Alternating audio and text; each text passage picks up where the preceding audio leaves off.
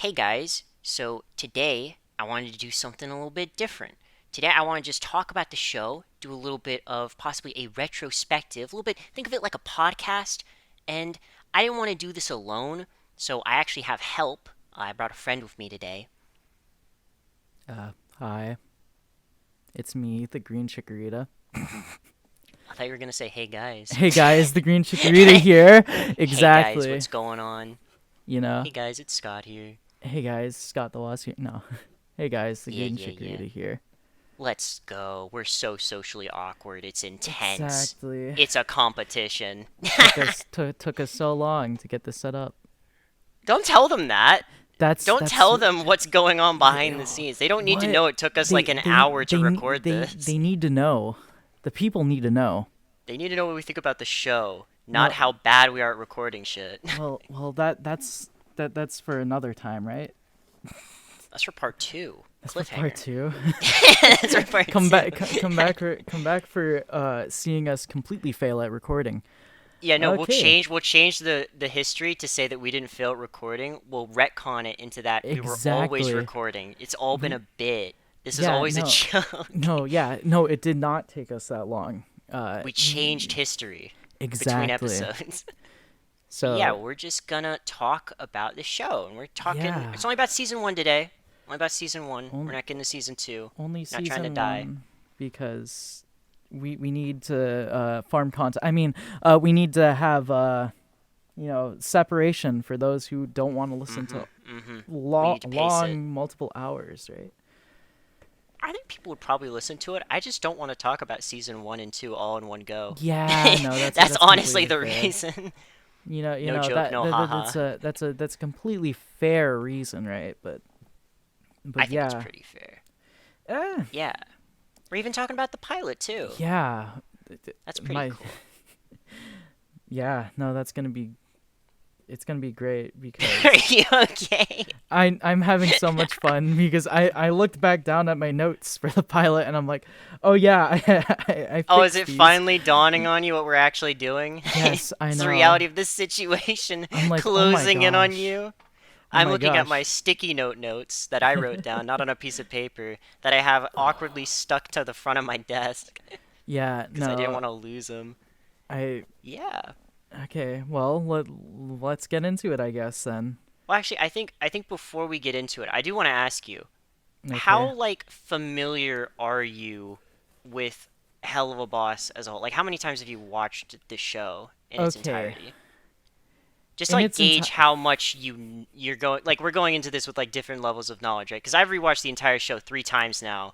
I've done a little bit of research into like other things like Twitter and stuff, like trying to get more information about the show and like how it was made and the people making it and stuff.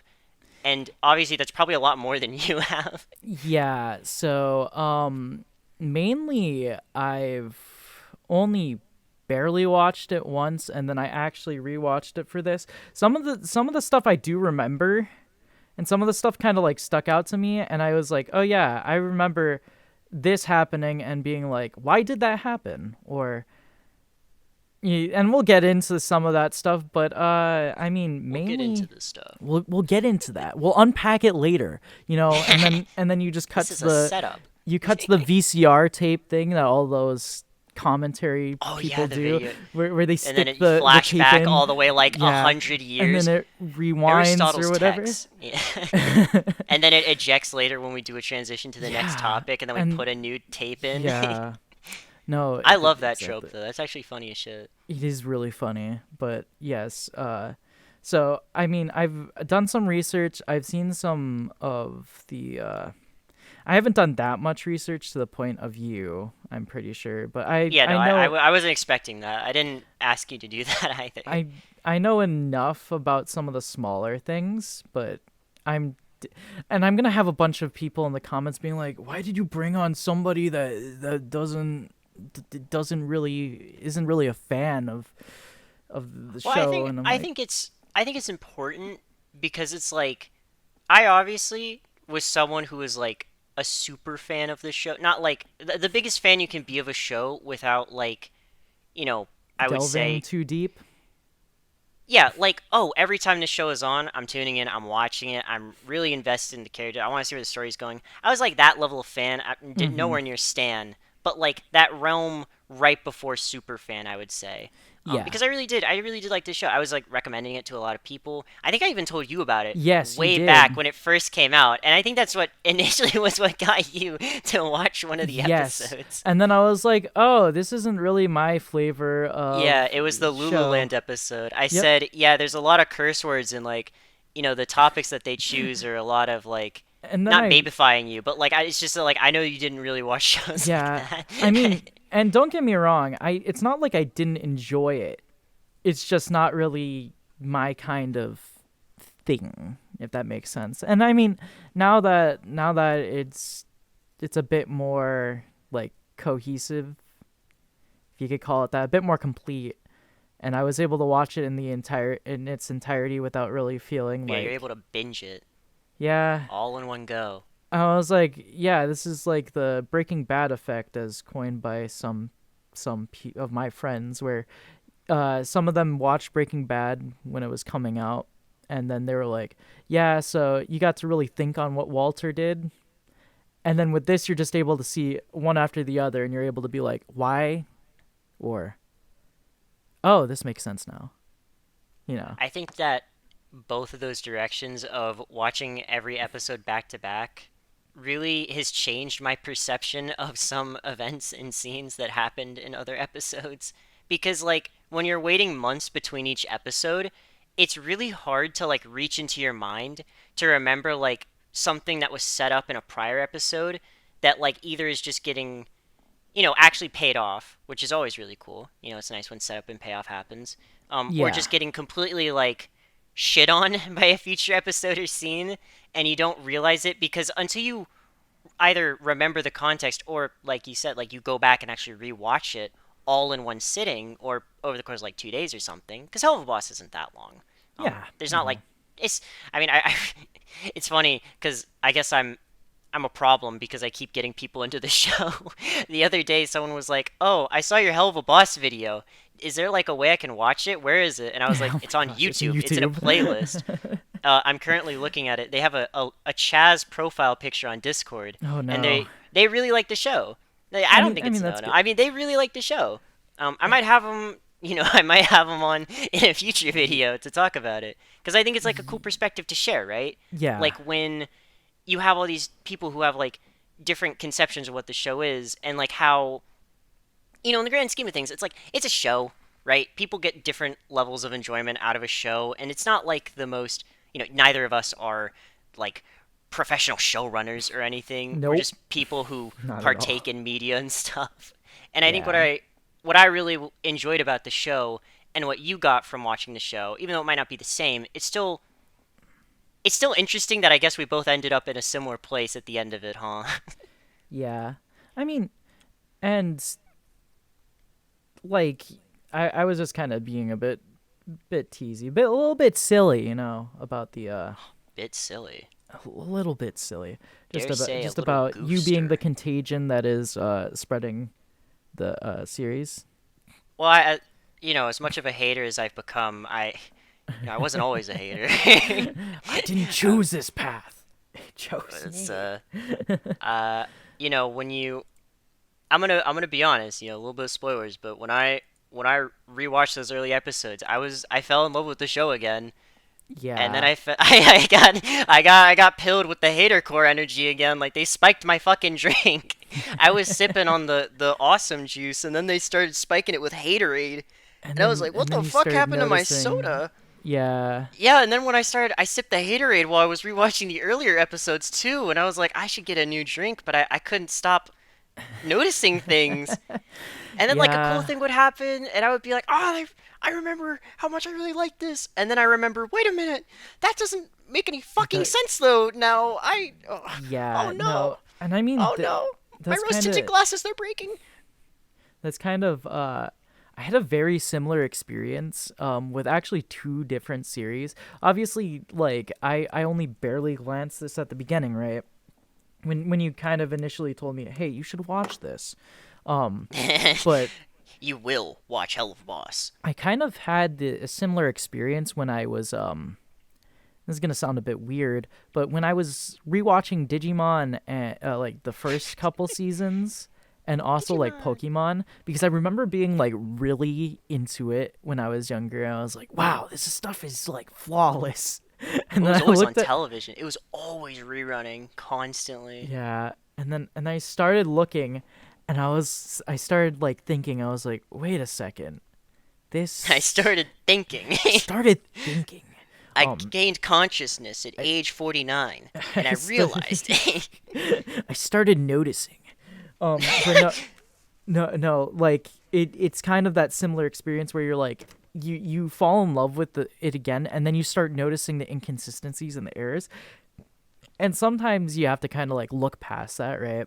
But Well, no, sometimes you're able to. Sometimes you straight up are just like, and even then though this is like, either this episode's really contrived, the scenario is really stupid, the character interaction that comes out of it, it's like I like these characters still mhm, like just interacting on screen, even if like it's the most contrived fucking plot in the world. I'm not gonna like the show as much as if the plot was like super consistent and stuff. But like if I there are some shows that are like really fucking bad, right? But I really love them just because I really like seeing one character fuck around and find out, right? yeah, Like it's kind of that effect where it's like no matter what, I enjoy the characters in a show like Hell of a Boss. I enjoy the characters, or well, I guess I enjoy like most of the characters to a certain level where it's like I just want to keep seeing these characters, go on adventures and do stuff and keep like developing and changing, or sometimes like imparting what they've learned onto others. Like showing the fact that it's like these characters are actually real. They're actually like existing in the world that they're in. I think yeah, SpongeBob is so like timeless because it's like you tune in, there might be an episode without SpongeBob, but whenever SpongeBob's there, he's SpongeBob. Like he's the character you know. It doesn't matter if like the plot doesn't move forward because it's like I'm here watching it for SpongeBob, and me personally, I'm watching it for Patrick. Actually, I think he carries the I, show, and no one like acknowledges it. I still love how I've mentioned multiple times to you that I haven't watched SpongeBob, which the internet will crucify me Oh for. no, I know. But I brought but it up on purpose. yeah, I know. And then like it's I'll a have it's a fact about you I'll never forget when I found out. yeah, no, and you'll probably never let me live it down ever. Or you'll Well, force me to fucking watch course. You SpongeBob. never watched Peak, but you watched Hell of a Boss when I told you to watch it on a whim. When I Yes. know I told you to watch fucking SpongeBob. Well, okay. Listen. I'm listening. No, that's my answer to that. Okay, fuck you Um, too then. If you tell me to do anything, no, I'm not no, gonna fine, watch it then. fine. I honestly, I I haven't have got. I have the full right to deny one of your requests for a show to watch Fine. I because you will were watch it. denied SpongeBob. Maybe we'll do a SpongeBob retrospective from somebody who has no idea what they're talking about. You, You know you that? have you have a viewpoint and you are one of the few people in the world who can unironically say that they've never seen SpongeBob, Yeah, which makes it and that really that makes you funny. special. Special in a bad way. No, yeah, Well, no, you no, you like, are one in a trillion, like actually. yeah, no, the SpongeBob I didn't get to watch, and this will kind of be apparent in some of my views on and some of my notes on this. I didn't get to watch Adventure Time. Didn't get Oh, to Adventure watch Time's so good. Regular Show. You just Uh, had no childhood, and it's really sad. But like you have Hell of a Boss. This is gonna substitute. yeah, this is supposed to substitute. This Oh is this is gosh. why I recommended this show to you because I The, saw how the sad and miserable your watch history your was, and comments your comments are I wanted you to feel better. your comments are going to actually just they're going to slaughter me for saying Well, if admitting you on the fucking watched internet. SpongeBob, they wouldn't. Well, Like well, you that's a have the problem for power future me. to watch SpongeBob. That's a You problem can for future me. change that. I know I can change that, but that's a You problem for don't want future to me. change it, do you? What you said, it makes me special. What? You are special, and that makes you feel good, huh? Because you haven't watched fucking SpongeBob. Exactly. You see, I'm just this gonna was slip all, a fucking. I'm gonna send you a video file, an MP4, and it's gonna be like some kind of image at the beginning, and then it's just gonna and turn this into a is gonna be an SpongeBob entire episode. SpongeBob episode.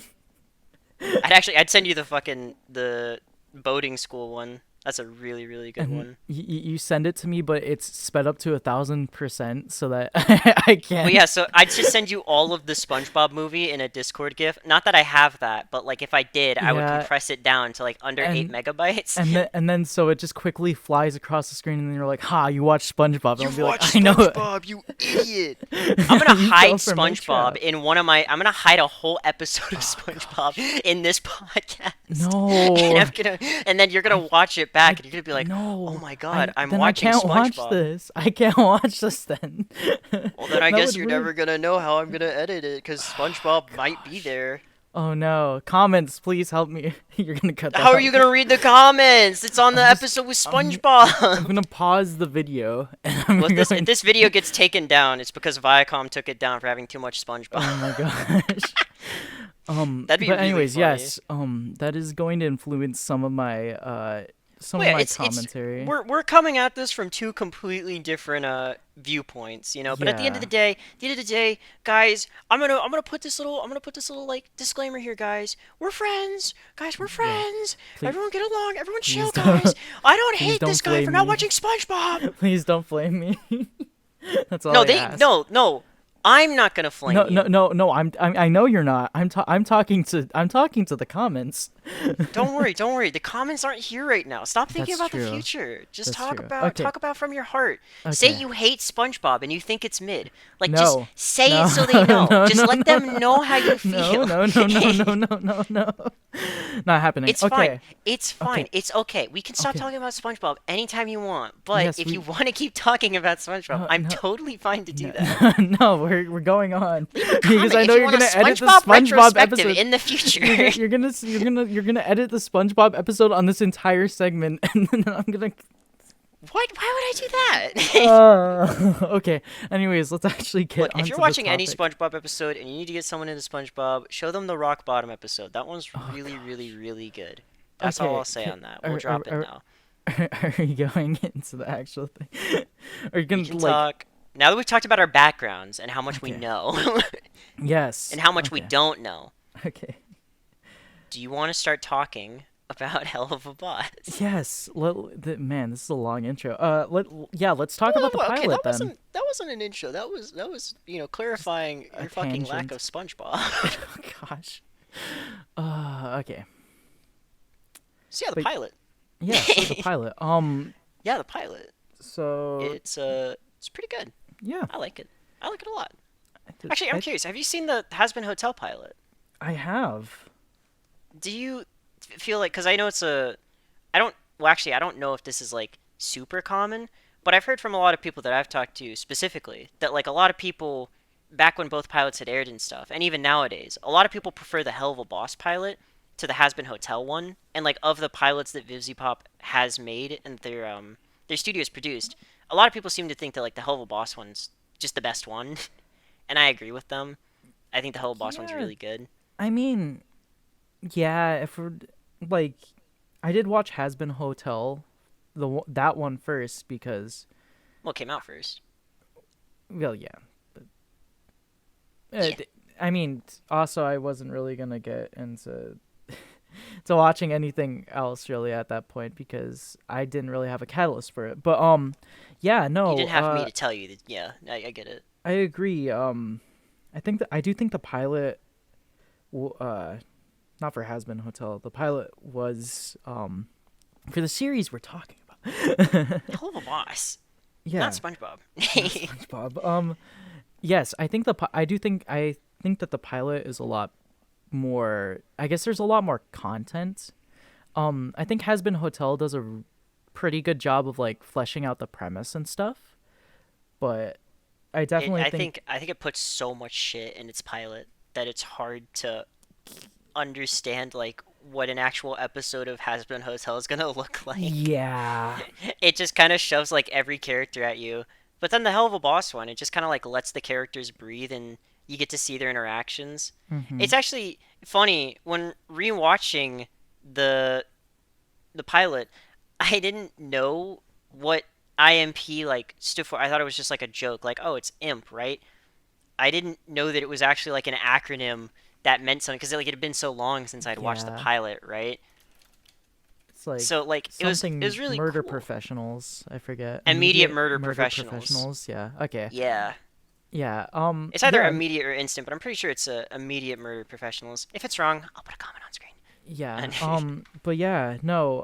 I also for the pilot, I really thought that the that the jingle, like the little commercial, was really funny.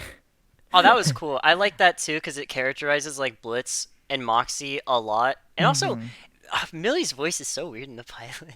Yeah. It's kind of jarring. I forgot that Millie had a different voice. Yeah. And then to just hear the voice coming out of Millie, and I'm just like, where's the southern accent? Where's the southern twang? Where's the drawl? Being a southerner Where, myself, where's the southern twang? Where's the where's the drawl? howdy moxie? Yeah, I grew up in the country. I grew up in Wrath. I grew up in Wrath. That's how you know I got a Um, southern accent. yeah, I grew up in Wrath. Hell yeah, border. Hell yeah. Um, yeah. So, I I definitely also think that we get a lot of characterization between Moxie and Blitzo. I I think that it's really like interesting how they show that Moxie's kind of like the punching bag of the team Oh with yeah, by like far. yeah with the weird picture of the employee for Yeah, employee of the even month. even Millie, it's weird in the pilot because wouldn't expect her to have this characterization in the show. Even Millie's like kind of like ragging on Moxie a little bit in the pilot, Mm-hmm. even though they're like in a relationship, and it's just like, wow, holy shit, she was biting at Moxie. What the fuck? Why is she going in on her hubby? What the fuck? Yeah, Millie, friendly fire, turn it off. yeah. And It, it's like it's. I feel like they had a different idea for their the relate, like dynamic. Moxie and Millie's dynamic Yeah. initially. It's interesting how many things like stayed consistent, even like things that they ended up like reusing from the pilot. Well, obviously it's the same show, right? But like specific scenes that were reused from the pilot into like episode 1 and stuff, which Mm-hmm. kind of reaffirms a lot of what happened in the pilot, which is kind of important because like the pilot's not really canon.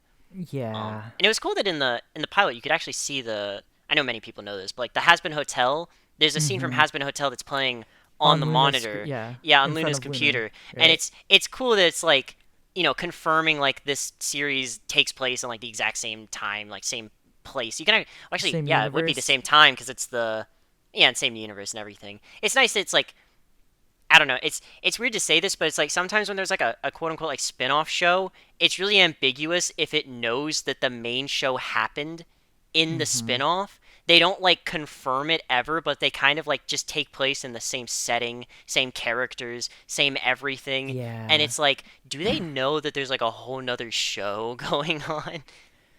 But it's cool Yeah, that they like, immediately like, kind of confirm that. and yeah, the acknowledgement made it definitely helped for world building actually Oh, because the world like building in the pilot's really cool. yeah.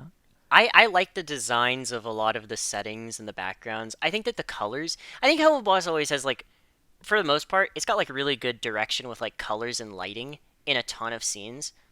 I think that the way that the show, like as a whole, for most scenes, I think it handles its direction phenomenal. Like you can tell the animators like love working on the show. Like the Mm-hmm. people when they make a scene that they care about, and when they're like animating characters they care about, they give them all these like little eccentricities and quirks. They give them like all these like it feels like every line being read by a voice actor gets animated on like the individual syllables sometimes so you can Mm-hmm. see like the actual action the character's taking while saying the lines. It's a level of care that goes a long way in endearing you to a lot of these characters because it's really different if they were to just kind of like say their lines while not really moving but their mouth is opening and closing. It shows that like these characters are expressing their personalities whilst also doing shit, which is nice.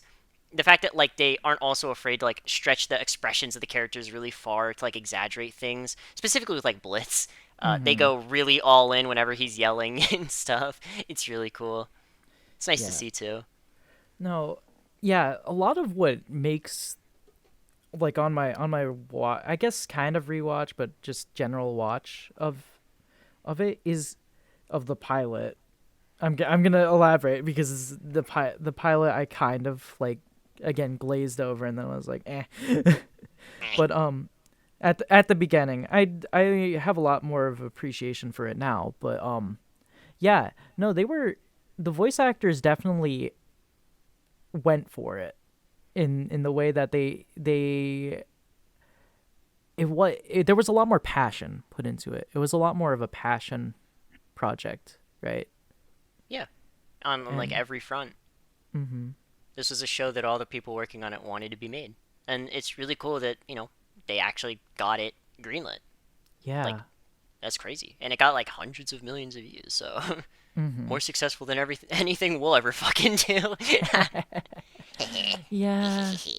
I mean that's fine, but I mean Guys, watch this podcast hundreds of millions of times, guys. if you could spare like 100,000 views, that would be. Fuck, do not come into my fucking video and say I haven't watched SpongeBob. Leave a like, subscribe, make sure you comment 100k views or I'm never uploading again. My Stop gosh. it! Not even a mainstay of your channel, man. This is your first fucking time. Exactly. So I have no You're power. ruining it. You're blowing it, bro. I have no staying power. But yeah, I also definitely thought that in the pilot, the character interactions specifically with like the work hierarchy, like I think that the dynamic between Luna and Blitz like kind of staying kind of similar, and Yeah, also it's just it's pretty much 1-to-1 almost. yeah, where also she just has this disregard for everybody else, and I find that really Yeah, funny. I guess that's not really in the. Well, it is kind of in the It show, is but it it's is more. It's way more emphasized in the pilot. Like yes, how little she fucking gives a shit about anyone. The only person she'll even listen to is Blitz. and They even definitely toned then, down her angst a little bit, yeah, uh, to the point where she can actually like hold conversation. I mean, pilot Luna does not want anything to do with Moxie yeah. at Well, all. I loved I kind of mentioned this not on here but a little earlier with like Luna looking at her phone and just seeing like Moxie just getting killed over and over again with the animation Yeah, thing. It it's took me pretty funny. There's a lot of gags too in the yeah, pilot. It's really funny, it is. especially on rewatch. I really like it still. I liked a lot of the gags. But it did take me a second to realize it was Moxie because of the horns. I looked at the horns. I'm like, oh, those are all white horns. And then I looked up and I was like, okay, I can see it now. Yeah, Because my yeah, brain was trending towards the top, but it was definitely I liked how much there was going on. oh Like yeah. The actual like when watching the Helluva Boss pilot, I understand the characters. I get a lot of their dynamics, and above all else, right?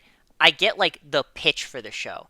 I understand it's these guys are gonna get a job where they're gonna go and kill someone on Earth, and it's either gonna go really wrong. The person they're gonna have to kill is either gonna be like a huge asshole, or maybe they're like really sympathetic. Like the premise of demons from hell getting contracted by like the sinners who go to hell for like some kind of really fucked up people who mhm. end up in hell, basically contracting them and saying, no, I ain't done yet, I need you to kill this guy. That's like every time a client comes in through the door, there's a motive, there's like a story there to tell, right? Yeah. Because it's like it's really simple. It's like, oh, hey, welcome to our establishment where we fucking kill people on Earth. What do you want? I want this person dead. Why? And then they backstory. They play with this in episode 1 really well. Like they just Yeah. the premise is so full of potential storylines, and then on top of that, you have characters who like are just engaging when they're just talking about things. Like the Mhm. discussion about the commercial and the fact that Blitz brings up that like Moxie's killing his showbiz dreams just like his dad. Like I don't know how much was planned of Blitz's character, but like that feels like a line he would still say in the show now, Yeah. right? Like it feels really 1-to-1 with how he was in the show. So it's really cool that like things like that also still you can tell that they were like always there. Mhm. And that initial core premise is really strong. And I think it's why this pilot also resonates with people a lot more, and they understand like, okay, I'm down to watch this show because I understand what it's about. I don't have to like get people to tell me what all these characters are doing, what's going on, because like there's so much lore outside of the show itself. It's all just like really nicely compact in this little package, and it's also like pretty efficient with its writing.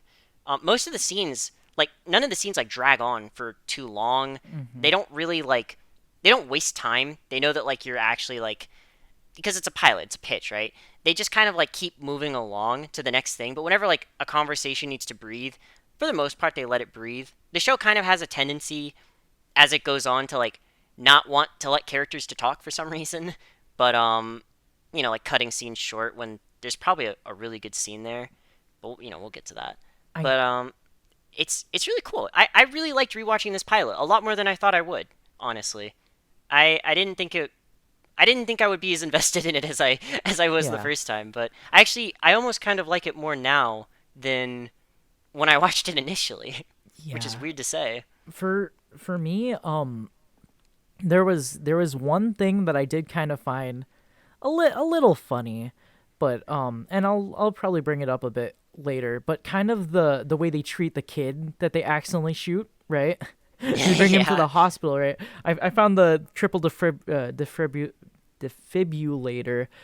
gag, defibrillator, defibrillate, whatever it is, defibrillator. electric shock therapy. Yeah, gag really funny, but also I do find that really, I guess it's not consistent with how callous they are later, if Yeah, that makes there sense. is a little bit of a switch up for how they feel about the situation that unfolded with the kid, um, and also the fact that like the fact that they did save his life and he was like pretending to be dead. Yeah. That was kind of it was funny, but then it's like you think about it and you're like, well, I guess it What? was just for a joke because it doesn't really make any sense. Yeah, because like they have so many collateral kills, right?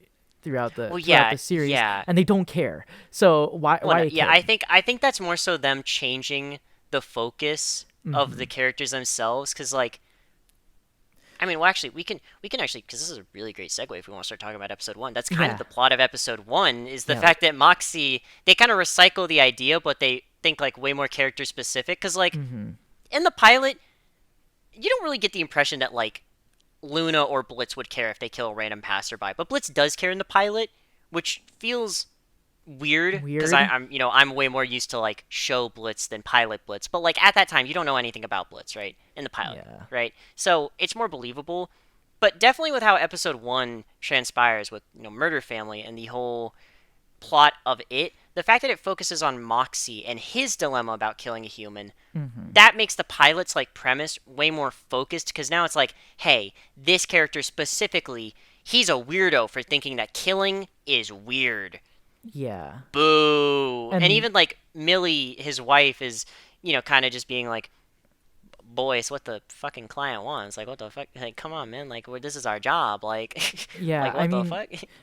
I did like how they also established like the beginning shot, right, where it's like all upbeat and like kids singing and like the Oh yeah, no, the the teacher. intro to episode one is really funny because it's exactly what I was talking about with like the premise of a story for the client and then the unfinished Hmm. business they have of someone finding out that they're getting like cheated on, going to the place, murdering the husband after singing like this really happy upbeat song when she throws the kid through the ceiling. It's like, Mrs. Maybury, don't you remember what Remember, you taught us? Come think before on. you act, right? and Yeah, then think before you and act. then she gets just And like it literally destroyed. no, she gets thrown all the way up through like the ceiling and Yeah, I shit. know.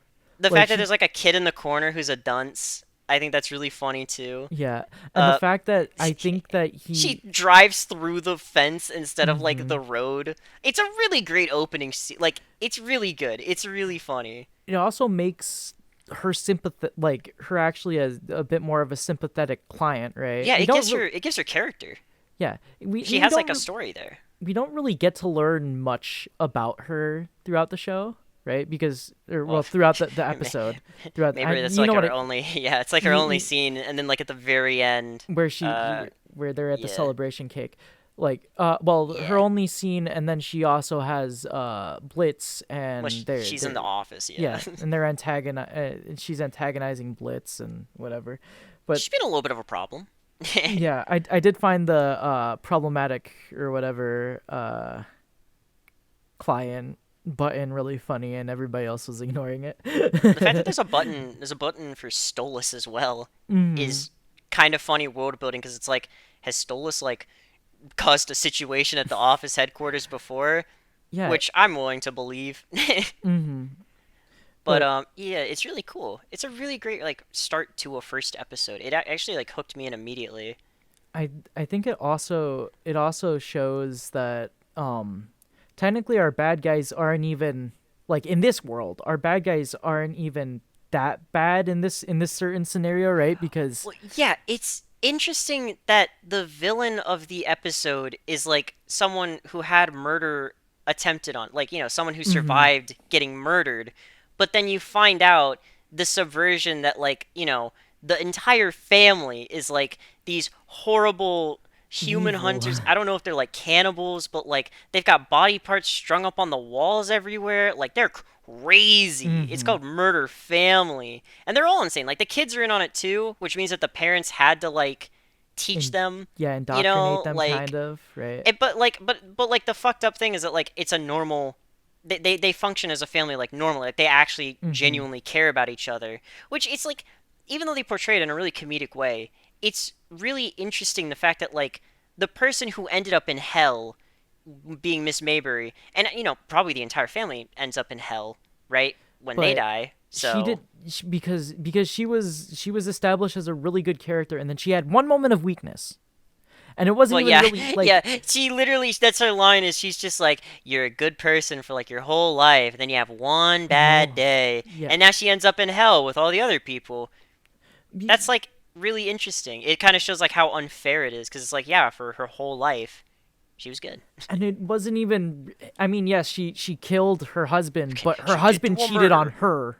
but she did do a murder though. Yes, but but That's why I she's also down there. I also found the I also found the gags in that one in episode one really funny, especially when the whatever the mom's name is, Martha, Martha. Yeah, starts with an M. I Martha. yeah, I thought it was really funny that they're like, here, have a check for $2 million, and it's like this Oh doesn't no, make sense. the fact that she's already cheating again on her husband with Mm-hmm. someone else, and he's like, With "You're a hero." with that like what is it? He's kind of like got that ruddy kind of orange brown hair. Yeah, he's just a different character than his Yeah, husband. Like it's immediate. It's like, so honey, what were you doing in this other person's house naked, like with this dead man and dead woman next to you? Oh well, you see, Bobby, I was cheating on you. Oh well, don't worry, Martha, I love you still. And then she just immediately goes and does it again. he's like, ah, It's shucks. like Well, it's like it's well, perfect. that woman, she's got a crazy mind. She does what she does. You know what I'm saying? It's Me. like that for all the directions that like episode one could have gone. It's really cool that they chose to focus on like on not only because like not only the plot of like Moxie sort of having to overcome his inhibition about like doing his job, right? The Mm-hmm. fact that he is killing people, which it kind of sets up as like it's kind of a weird moral quandary because like Yeah. Luna is essentially proven right at the start of the episode when she's like, "Hey, you don't know anything about this family. Like they could be anything. They could be good people. They could be shitty people.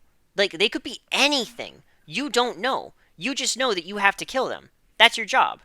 And then with Mm-hmm. Millie agreeing with her, it's like both of them were proven right. Blitz was proven right, and Moxie eventually has to realize, "Fuck yeah, they're right." Like sometimes people gotta die. Like I gotta do that. I'm. And it's cool because like I thought that the first episode might have been like something, it's kind of cliche in a lot of shows and stuff where it's like, no, we'll find our solution by other means, and then like they don't have to actually solve it because like I'm gonna be honest, when I first was watching this episode, I was like, oh, they're setting up something else happening, so like a meteor's gonna come out of the sky and conveniently Yeah. kill all of them, and then they won't have to deal with the problem, and then they'll bring it back up in a later episode. It's cool that Moxie actually develops in this first episode immediately. He goes from being, obviously forcing Blitz to like miss his shot and not kill her Yeah. to like doming her in the back of the skull brutally. Uh, Yeah. like No, is that shot will get is you crazy. demonetized if you if you play that. Not if I blur it Exactly. really hard. But Yeah, no, especially when I it kind like when they were writing it for Moxie, right? They definitely were heavily implying that Moxie was going to be the catalyst for like the problem, because why else would you focus on him being the Oh yeah, contrarian, right? yeah, But yeah. I did find it really, and this is gonna sound kind of silly. I did kind of find it in character that Moxie would be like, well, what if we don't know? And then I'm like, well, Blitz definitely would not have told Moxie anything because he's awful at plans. Well, no, he just jumps into it. Yeah, exactly. Like he just goes. Exactly. So I was thinking this actually makes sense because if he explained to Moxie that that this woman was just like a very generally evil woman, he probably Well, would have had no. it's also like even if he had done that, you kind of get the impression that Moxie still would have literally been like Yeah. still hesitating where it's like, but it's a family. It's also interesting that this first episode focuses on like a family period as the client is like cuz obviously with how the show develops, family kind of becomes like a huge Yeah. thing. It's kind of And like. the fact that like Moxie specifically is really hesitant to kill like a mother, it's kind of Hmm. interesting. It's kind of like interesting. I don't know if that was set up on purpose. That's cool. If it was an accident, it worked out in their favor. Well, no, sometimes the best writing things are complete accidents. Like Hmm. sometimes they just connect, and then you Yeah. obviously claim credit for it because like, fuck, of course I planned that. You dumb idiot, stupid I guy. did also find it really funny with like with the cell phone. With Oh still yeah, when he runs still past on it this back on the like cell later phone and it's he's still still going going. on. And Yeah, he's still he getting says something that's censored. like he says something completely bleeped out, but then it just says like peanut butter Peanut jelly butter jelly sandwiches. sandwiches. Yeah, Yeah. and I was like, what the fuck is he talking about? What is I homeboy have that on cooking? my notes too. I just have peanut butter jelly sandwiches and then dash Yeah, you'll know.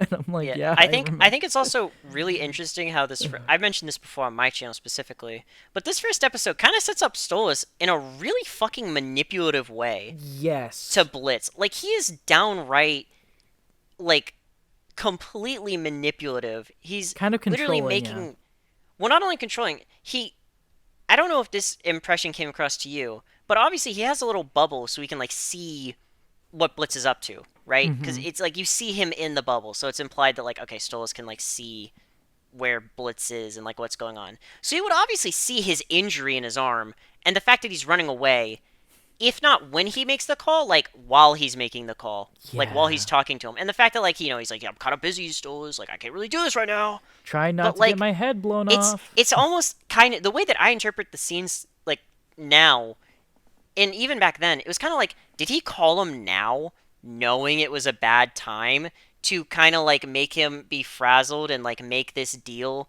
that benefits Stolas cuz like you don't really get the impression that Stolas cares about the book that much cuz he's willing to give it Mhm. away for like most of the year. He only Yeah. wants it but by the 12 full days a moon. year or Yeah, whatever. every or well at the end of No, the month on the full moon. on So the full like moon. end of the month, whatever it was, right? The Yeah. harvest moon situation, like that's Yeah. what he needs it for. But it's really weird because it's like that characterization of Stolas. It feels like that has kind of been. It gets brought up. Changed. It gets brought up, but then it's interpreted differently. Even though like in this first scene, it's like it really feels like with Stolas, they're playing up his manipulation of Blitz, Mhm. which is something that like the show isn't afraid to like touch on until it is. Yeah. And it feels like the dynamic between them in this first episode is just like, oh, Stolas like and Blitz like they did something like but it was a one-off thing. It was very much a one-off thing, and somehow Blitz got Stolas's book, and Stolas has kind of let it. Like you get the impression it's like he's just let him have it. Like that book I've let you been borrowing, I kind of need it back.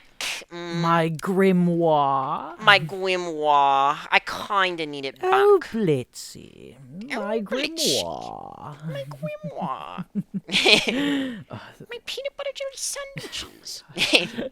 Oh, yes, the peanut butter jelly sandwiches. Um, Extremely loud, incorrect buzzer. Yeah, but yeah. it just feels like Stolas is a character in this first episode, and his dynamic with Blitz. It's like they did something. Blitz got the book somehow, and then Stolas is like, okay, I can listen, bitch. I kind of need the book back sometimes, but you can still have it, but only if you were willing to accept the conditions of my deal. Which Blitz like immediately accepts because it's like, I need the book. I I I need it for my job. Like my yeah. whole facility here kind of relies on this. My whole operation Yeah. relies on this book. Also I'd like to mention the whole entire beginning scene with like Blitz kind of like getting the book and then jumping out the window with it, right? Yeah. And then like and then telling Stolas's wife. Oh yeah, and the pilot. Yeah. Yeah. From the pilot, yeah. I didn't Yeah, because we mention didn't that, but it's mention just it. Yeah, we didn't mention it. 'Cause that's how I got the book in the pilot, which we find yeah, out that's how, later. We find out later in the show how I got the book, but that's not in yeah, season one. yeah. But I just find that I find that really funny because like even though I know the pilot isn't canon, like that's how I imagined it like the entire stinking time. I still just imagine him being like, "Yep, I think your it is husband funny slept with having an him. imp." Leave.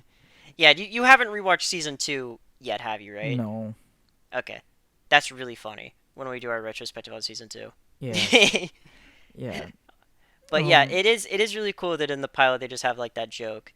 But it Yeah. is also really interesting because like you get the feeling as well that like all these characters have a lot of history with each other. They have like a lot of like Moxie and Millie are obviously in a relationship. They have to have history for that to happen. Yeah. Luna and Blitz, the fact that like Luna is Blitz's daughter adopted is straight up mentioned in the first episode. I checked and Mhm. made sure it is one line, but it is mentioned, which is like okay.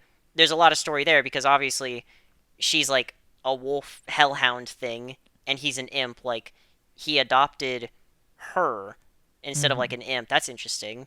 And then also the fact that like Stolas and Blitz, they have a lot of like backstory. It's like for future episodes, it's like you already have these characters, and it's like I want to learn more about them. I want to learn more about these specific characters, right? Yeah. And then episode two is about fucking Stolas. Yeah. I did like how they set it up at like in media res, where like just right in the middle, kind of, and that kind of helps them to have leeway, kind of, with a lot of how they want to write backstories and stuff, and how they want to write the characters. We'll come back to a little later. Maybe But yeah. perchance. So I did like how you can tell, as you said, there's a lot of history, but also I just liked how again the first episode does another just also really good job of just establishing the work kind of found family dynamic that the group has. And And also the world they live in too. It's yes. really fleshed out. The fact that like actual like firefighters show up, even if it's for a joke, show up to like put out the fire in their facility that Moxie caused when he shot the eel tank. Like Mhm. it's really I know it's a gag. I know it's like really small. The fact that Mayberry drives away in like a taxi. There's a billboard in the background and it's a gag. I don't know if you noticed it. It's a gag where Blitz is like trying to tell someone what to put on a billboard, but they put the whole message up there. So it's like, hey, don't like write this incorrectly. Like write this and put this entire thing on the billboard. Hey guys, come down to IMP where we murder people for free. That's awesome. Okay, and then sign it Blitz, but the O is silent. Like make sure you sign it Blitzo, but the O is silent. Okay, send text. And like that's the whole billboard is something like that. It's really funny because it's like someone had to obviously put that billboard up. It's really cool. It's a lot of these like Yeah. tiny world building things that add up to make the whole place feel real. The fact that they're in a building, this is another thing I noticed. It's like under condemnation or it's about to be like tore down or something. Like they're Yeah. not supposed to be in that building or whatever. It's really funny. But yeah, I think they do a very good job of making their general location feel cramped and like a very lived in filled. Yeah, lived in city. Yeah. Well, Ring of Hell, I guess. Yeah, yeah, I guess. It's cool. It's I mean, cool. it's multiple rings, right? But There's seven that we there's know seven of of. them.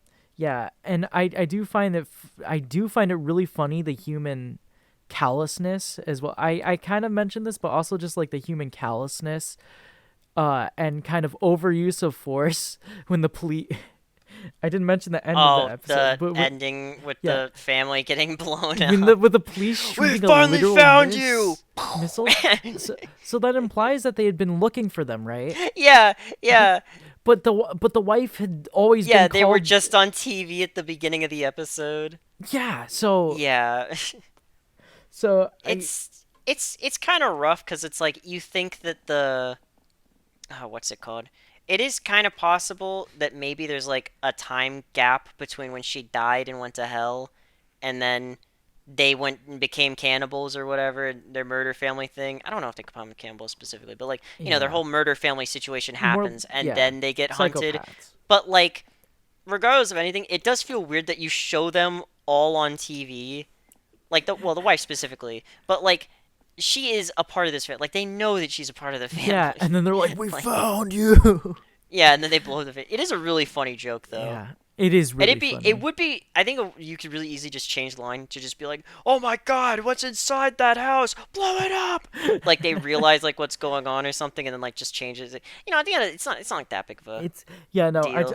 I just found it funny because I was like, hmm. It is really funny. I think the joke is still really funny. You Hmm. just have to like change one line because they're seeing like Moxie just be like, "I want to do something real quick," and he like tries to like set things right. He does things the Moxie way, and then the show says, "Fuck you." Moxie's way is stupid and dumb Yeah, and cringe. well, And they just yeah, blow up the the wolf family. kind of dunks on Moxie a lot during But like it a does. But lot he of does this. ultimately get the moment to like he is the one to Yeah. save Million Blitz. Hmm. He does like step up to the plate, and also he does try to like do things his way. He does make that attempt, and Hmm. I think going forward, what's interesting is the fact that Moxie as a character is more likely to put himself out there now and try things his way now than he was in the first episode. Yes. Like that setback of the whole family fucking dying didn't really affect him. Like he didn't take that as like a hugely negative thing.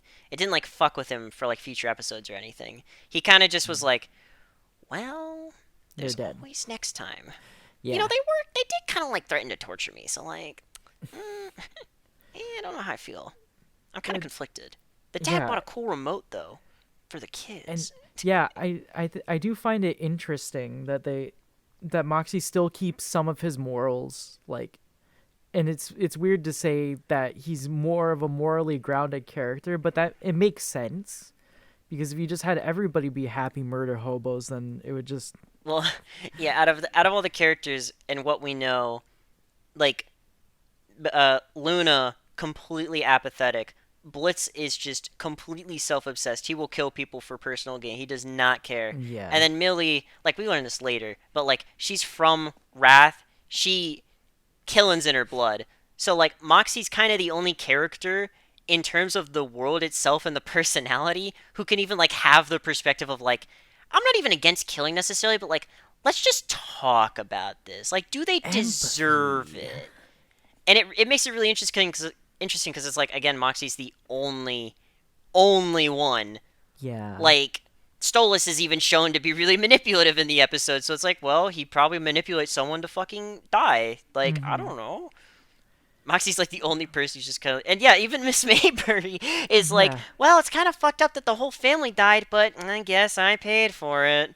And she takes a bite. She's just laughing while she Yeah. eats the fucking cake at the The end. cake looked really good. I want cake. You can go have cake later.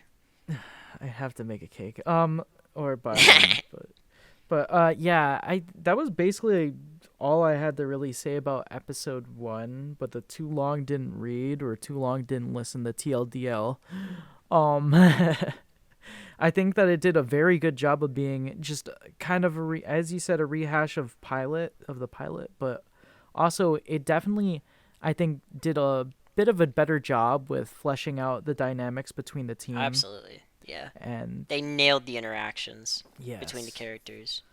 animation was fun and there was a lot going on and the gags were funny and it was just I think the colors as well are yes, they just were again really good. Like that shot of them up by the house and all the oranges and reds baking the scene. hmm It's it's really nice to look at. Something funny about that is I posted a video about this too. Is that like Millie just completely disappears from that Yeah. scene, and then she appears out of the bush. It's like, why Yeah, didn't she fucking say yeah, anything? and then Moxie's the only one left, and you're like, so okay, but Millie But Millie, jumped out of the yeah, same area as Blitz, so that's where crazy. was she? Yeah, Where it was is. It she? is kind of bizarre. It's also this is kind of getting into like future events, but like with how Millie is characterized in future episodes, it's really weird that she gets like one shot by a bottle.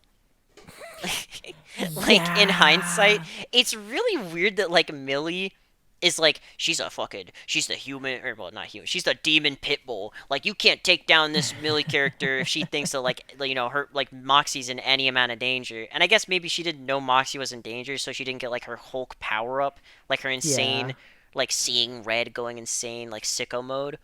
But like for the purpose of the plot, like her getting put in danger is what pushes Moxie to change as a character, and like you have to push him to make him change. So Hmm. that it's kind of nice that the reason he does it is for Millie, but it's like I feel like Millie, the way she gets characterized later, shouldn't have been this susceptible to a fucking bottle. But I don't know. Oh, It's like a pretty minor thing in all things considered.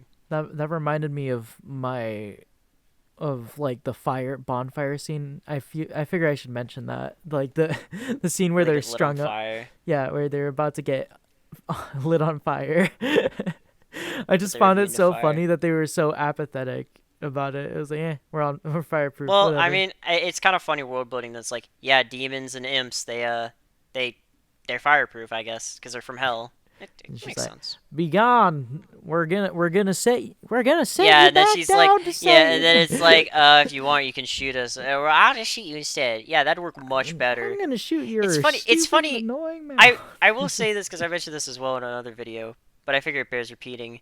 It's funny that like in that scene, Millie chastises Blitz. Like she literally says, "Blitz, like don't say that." She doesn't say that, but she just says Blitz, like really annoyed. And Yeah. then Martha hears that before getting shot. So like if she does, respawn in hell, she could theoretically like find the IMP just by saying like, "Hey, is And there an then imp down here named and then just Blitz?" shooting them. Yeah. Well, yeah, because guns work better than fire. She knows that now, right? She's learned. If she ever were to like come back, if the writers ever wanted to do Yeah. something with her, but like if we never saw her again, that'd be fine. Like I don't, no one's really clamoring for fucking Martha and the murder family to Martha come back. Millie. Like Yeah. I think it'd be really interesting though if they did. But Yeah. that's pretty much all my thoughts for episode. I think it's just a really great first episode. It Yeah. does a really good job at hooking you, and it's not like sold me on the series entirely, but I do remember when I watched it, because it was the only episode out at the time. I do remember distinctly thinking to myself like, wow, this is not to be like mean, but like this is a lot Mhm. better than I thought it would be. Like this is I, way more like better put together than the pilot. I Like it's mean, it's really competent for like I a bunch of people who are like I don't know. Maybe I'm stupid for thinking this, but like I was kind of getting the impression like oh this is a bunch of people who might be like way in over their heads. They're not really. I don't know how many of these people have experience. Like I'm worried that like this is a dream bigger, aim higher, and then you underperform like your own expectations, which causes you to like do work like you know what worse. I mean? Yeah. Like you kind of get overwhelmed by all the things you want to do that you can't just like rein it in and focus on like one thing and do that one thing really well. Because this first episode just it's a really great episode. Hmm. Yeah, that's about it Yeah. for episode one. Yeah. No. For I guess yeah. That I don't really have any more thoughts, but I definitely noticed some of the voice actor names at that point in Yeah, time. I was like, oh yes, I know this person, and I'm like, yeah. Millie's voice sounds a lot better in episode one. I like her voice now much more than the pilot. I think it does a way better job of suiting her character mm-hmm. than the pilot voice. For the personality they gave her later, it suits a lot more. But yeah, you want to start talking about episode two? Yeah. The Stolas episode. Let's Let's talk about t- Lululand. Yippee! okay. So I definitely think that the intro being really like the intro where Stolas and I don't remember his wife's Stella. name. Is it Stella. Stella? Is it Stella? Her name is Stella. She was so inconsequential to me that I never bothered to learn her name. Well, in season one, yeah, she doesn't really do Yeah, much. She's yeah, got actually in season one, she literally has two scenes. yeah. Yeah, because it's the well, I guess three if you count her being in the The flashback and then at the table and then the strike. That's crazy. I didn't actually realize that until yeah. like you mentioned it. That's funny. It helps having someone. Yeah, her name's Stella. By the way, Yeah. it's Stella. But yeah. So, when Stella and Stolas are kind of laying in bed, right, and She's hogging the blanket. yeah, and Octavia is just like crying or whatever. I saw a nightmare. I had a Yeah. really bad dream. And he's like, "Oh, they're there," and then Yeah. yeah, The and the animation in this intro is actually really, really, oh really yeah, good. no, I love the supernova. I was like, "Whoa, that's so The cool." colors were fucking amazing. Yeah, no, it Eat that shit was with a spoon. it was very fun. Uh, I think the song was really good too. mhm. Like I think Stolas' new voice actor, because his voice actor also changed from the pilot. Um, I don't know if the change was specifically so they could get someone who could like sing really well, because I do know that this voice actor has Mhm. like some kind of like theater or musical background. Like they've done songs and stuff before. Damn, Stolas can sing. Like holy Yeah, shit. That it was line when great. he says like when creation goes to die, and then you can find me on the side. Like that whole like outro part of the song when like the everything's like colliding behind him, the Mhm. colors are going crazy.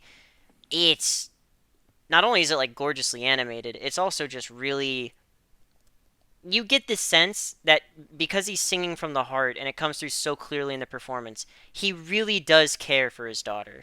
Yes. Like he does give a shit at the end of the day, like no matter what. And when when he says that line of like "you will be okay," it's like the whole song being about that. It's like it's him trying to bring comfort and peace to his daughter at a time where her life is like tumultuous. She's had a bad dream, only to then smash cut into the future from her like sleeping, really soundly to her fucking parents fighting, which is arguably like more tumultuous because now it's not a dream. It's reality. It's really shitty.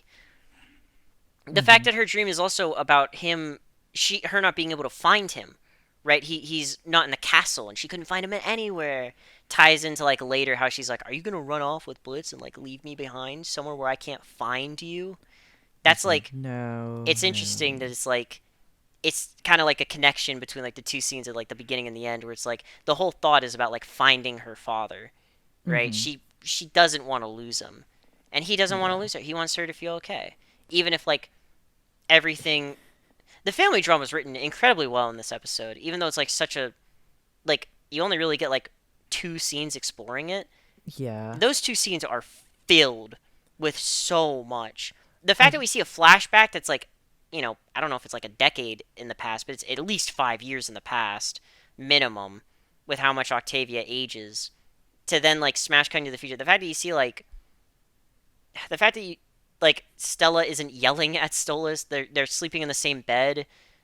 They had a child, and mhm. then you get the impression like at one time they were A family. actually able to function.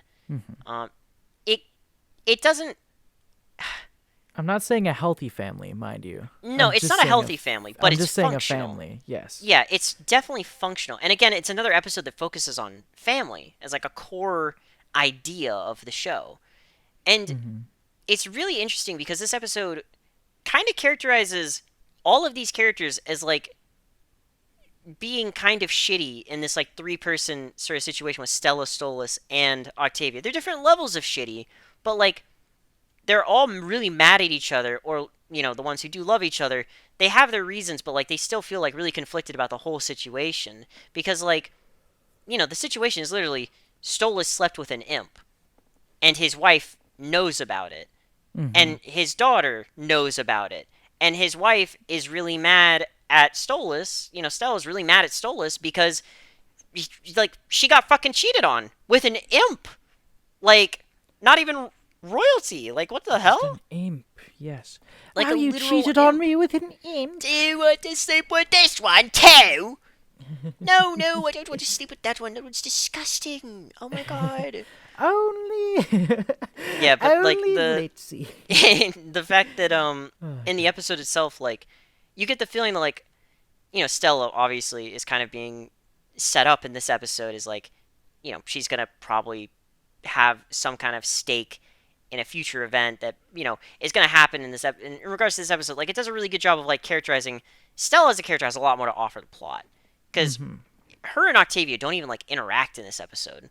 Like they literally don't interact in this episode, even though they're like Yeah. in the same room at one point. She's only focusing on Stolas, and in Octavia's room, you see that there's a picture of her and Stolas, but not Stella. Like Stella's not in the photo at all, which Mm-hmm. kind of gives you the impression that like Octavia only really likes her dad. But then you see how Octavia feels about her dad, and she's like, oh, "I'm listening to this song like my world is like burning up all around me. It's by Fuck You, Dad. They're a really great band." And Stolas is just kind of being there like, "Ah, "Oh, oh, Yeah. okay, bitch. Yeah, fine. Yeah, uh-huh. That's great. You know what I haven't done in a long time?" No. Brought you to But Lululand. Lululand. Um, I, Lululand. I did find it really, really interesting how they, when Octavia was younger, was she wearing like pink or something? I forget. Yeah, It she had was like a little pink like outfit bright on. colors, right? I did find Yeah, it and her color interesting how, palette changes. yeah, it changes to darker to kind of show the jaded the jade and the cynicism that's She kind of like becomes a goth. entered her, entered her world. I also think that definitely we get to explore Stolas being hypocritical. Oh yeah, he's actually like I want to mention by the way. It's crazy that the second episode of this show focuses on Stolas and like Mm-hmm. writes a really well thought out like entire drama around I never thought when I was first watching the show the second episode would be a Stolas episode. I don't know how many Yeah. people unless you were like spoiled and you like knew ahead of time like, oh, this is the plan for the first couple episodes. If you're going in completely blind, I don't think most people think Stolas is going to get the next episode. I think most people think like it's going to be a Millie episode, it's going to be maybe a Luna episode, one of the core Maybe a members of The Blitz Office, right? episode. Yeah. Just could be maybe Miss Maybury comes back. I don't know. She comes back. I don't know. Like maybe I just didn't think we were gonna focus on the manipulative bathtub owl. Like Yeah, that is and right. like you mentioned, this episode goes into the fact that like Stolas is a hypocrite, like straight up in this episode. Yeah, yeah. When he's hiring Blitz as for like the bodyguard position, it's so funny that he like uses like the like language, right? And then Blitz and Octavia cuss back at him. He said language, Yeah. yeah. Or the fact that also Blitz like Blitz is also hypocritical in this because he kind of treats Stolas transactionally, and then he has the weird fantasy with the dolls of the million Moxie, right? And he's Yeah, perverted. it's And actually it's really funny that he's mad. He gets mad at Stolas, for being perverted. for being really perverted. But when Stolas is calling him, he's just like, "Oh, Moxie and Millie, let's through Threesome, it." yeah. And I'm That's sitting there, really funny. I'm sitting there, I'm like, this is good characterization, and then I was like, but also what? Well, I think characters are allowed to be hypocritical No, no, at points. no, Yeah. no, I'm not disagreeing with that. I was just thought it was really, it was a bit, not even whiplash. It was just like sucker punch, sucker punch. I was like, okay, Well, okay, yeah, because it's okay, it's a very noticeable example. yeah, But I but think I think a really interesting part as well in this whole episode is the fact that like as the episode kind of progresses, I thought the hypocrite thing you were going to mention as well is the fact that like Octavia is really mad, specifically at Stolas, mm-hmm, for fucking up the the family Fam situation, because like yeah. she's mad. We find out later. She's sad that like home doesn't feel like home anymore. She feels like ever since her parents started fighting a lot, that home hasn't felt the same, and she like points to the event that's kind of being what, or maybe not specifically, but like a big cause of this in her opinion is Blitz, like the Mhm. imp that Stolas obviously is cheating on Stella with, right? That's kind of, a place where Octavia's directing her anger, which is why she kind of is like standoffish with all the imps, sort of. Like she has that line against Moxie where she's like, it was fucking, like, it was not literal, it was just a joke, it was sarcastic, I don't actually need medication, I'm Yeah. fine. And then I Moxie's just kind of like, well, that was bitch. Okay, fine. Yeah, yeah. okay. Yeah, no, I no, it's fine. I thought that was good characterization again for Moxie being the more nurturing and caring of them though, Yeah, because well, and also him having a bag just full back of like everything, and it's a fanny yes, pack too.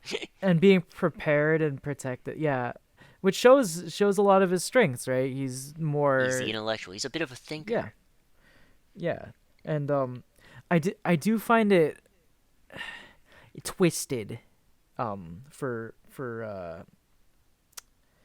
for the conversation between Stolas and Blitz, where he's like, or well, Stolas, Blitz, and Octavia, where he's like, he's the only imp I would trust to screw me, and then He's he's the like, only imp that can fuck me. But it's I was gonna mention it, but I'll say it here.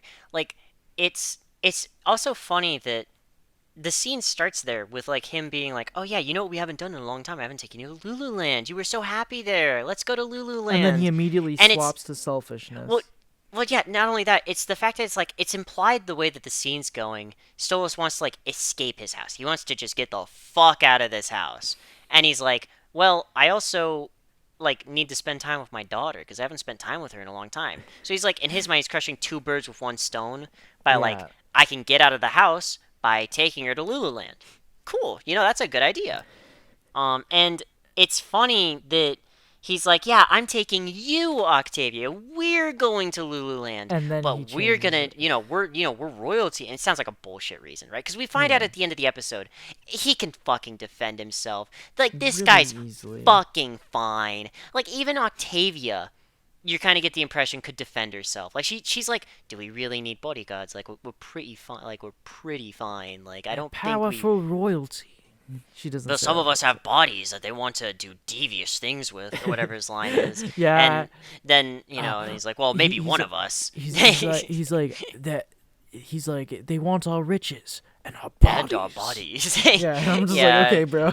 And the fact that, it's like, oh yeah, we're doing this for Octavia, and then immediately he calls Blitz, and it's Yeah, like, well, and I mean, are you? Because, like, you're not really. This feels like, again, it's kind of layering his manipulation and selfishness a bit, where it's like, no, he just wants to spend time with Blitz and is, like, kind of making Octavia think that, like, he's actually doing it for her. And, like, on some level, he kind of is, but, like, his focus is so much more on Blitz.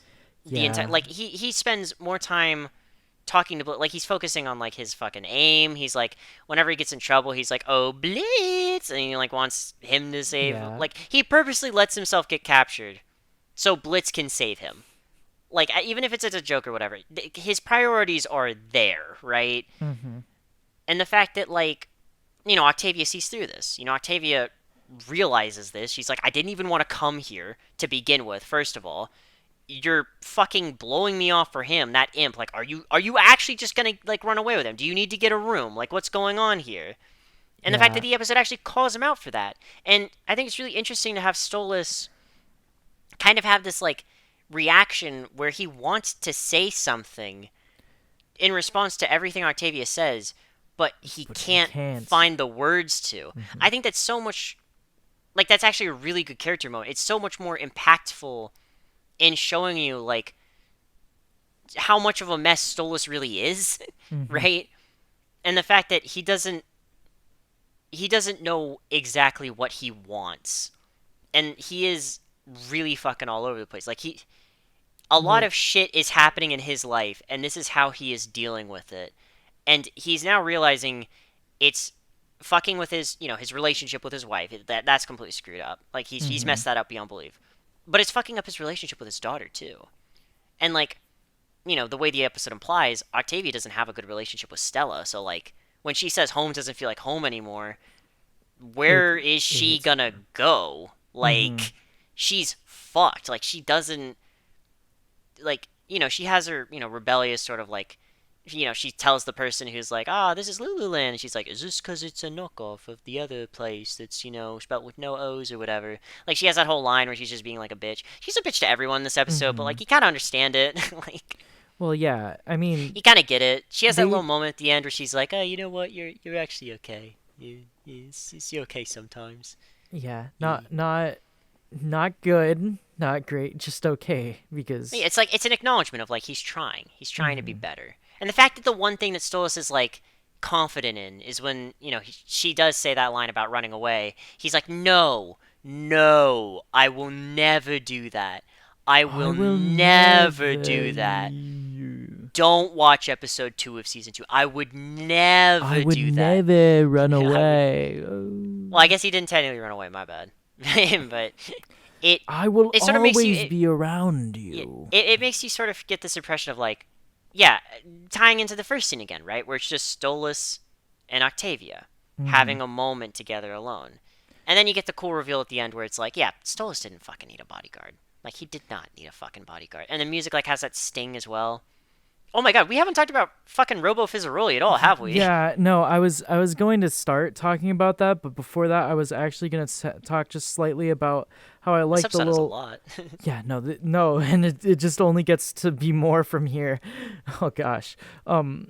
So I was gonna say, it was nice to actually hear Millie's little bit of backstory, to Oh yeah, her that she went there with her relationship with family. Lululen and her family, where she Yeah. notes that her family brought her and her siblings there when they could afford to, which kind of Yeah, because they implies don't have money now, yes, apparently.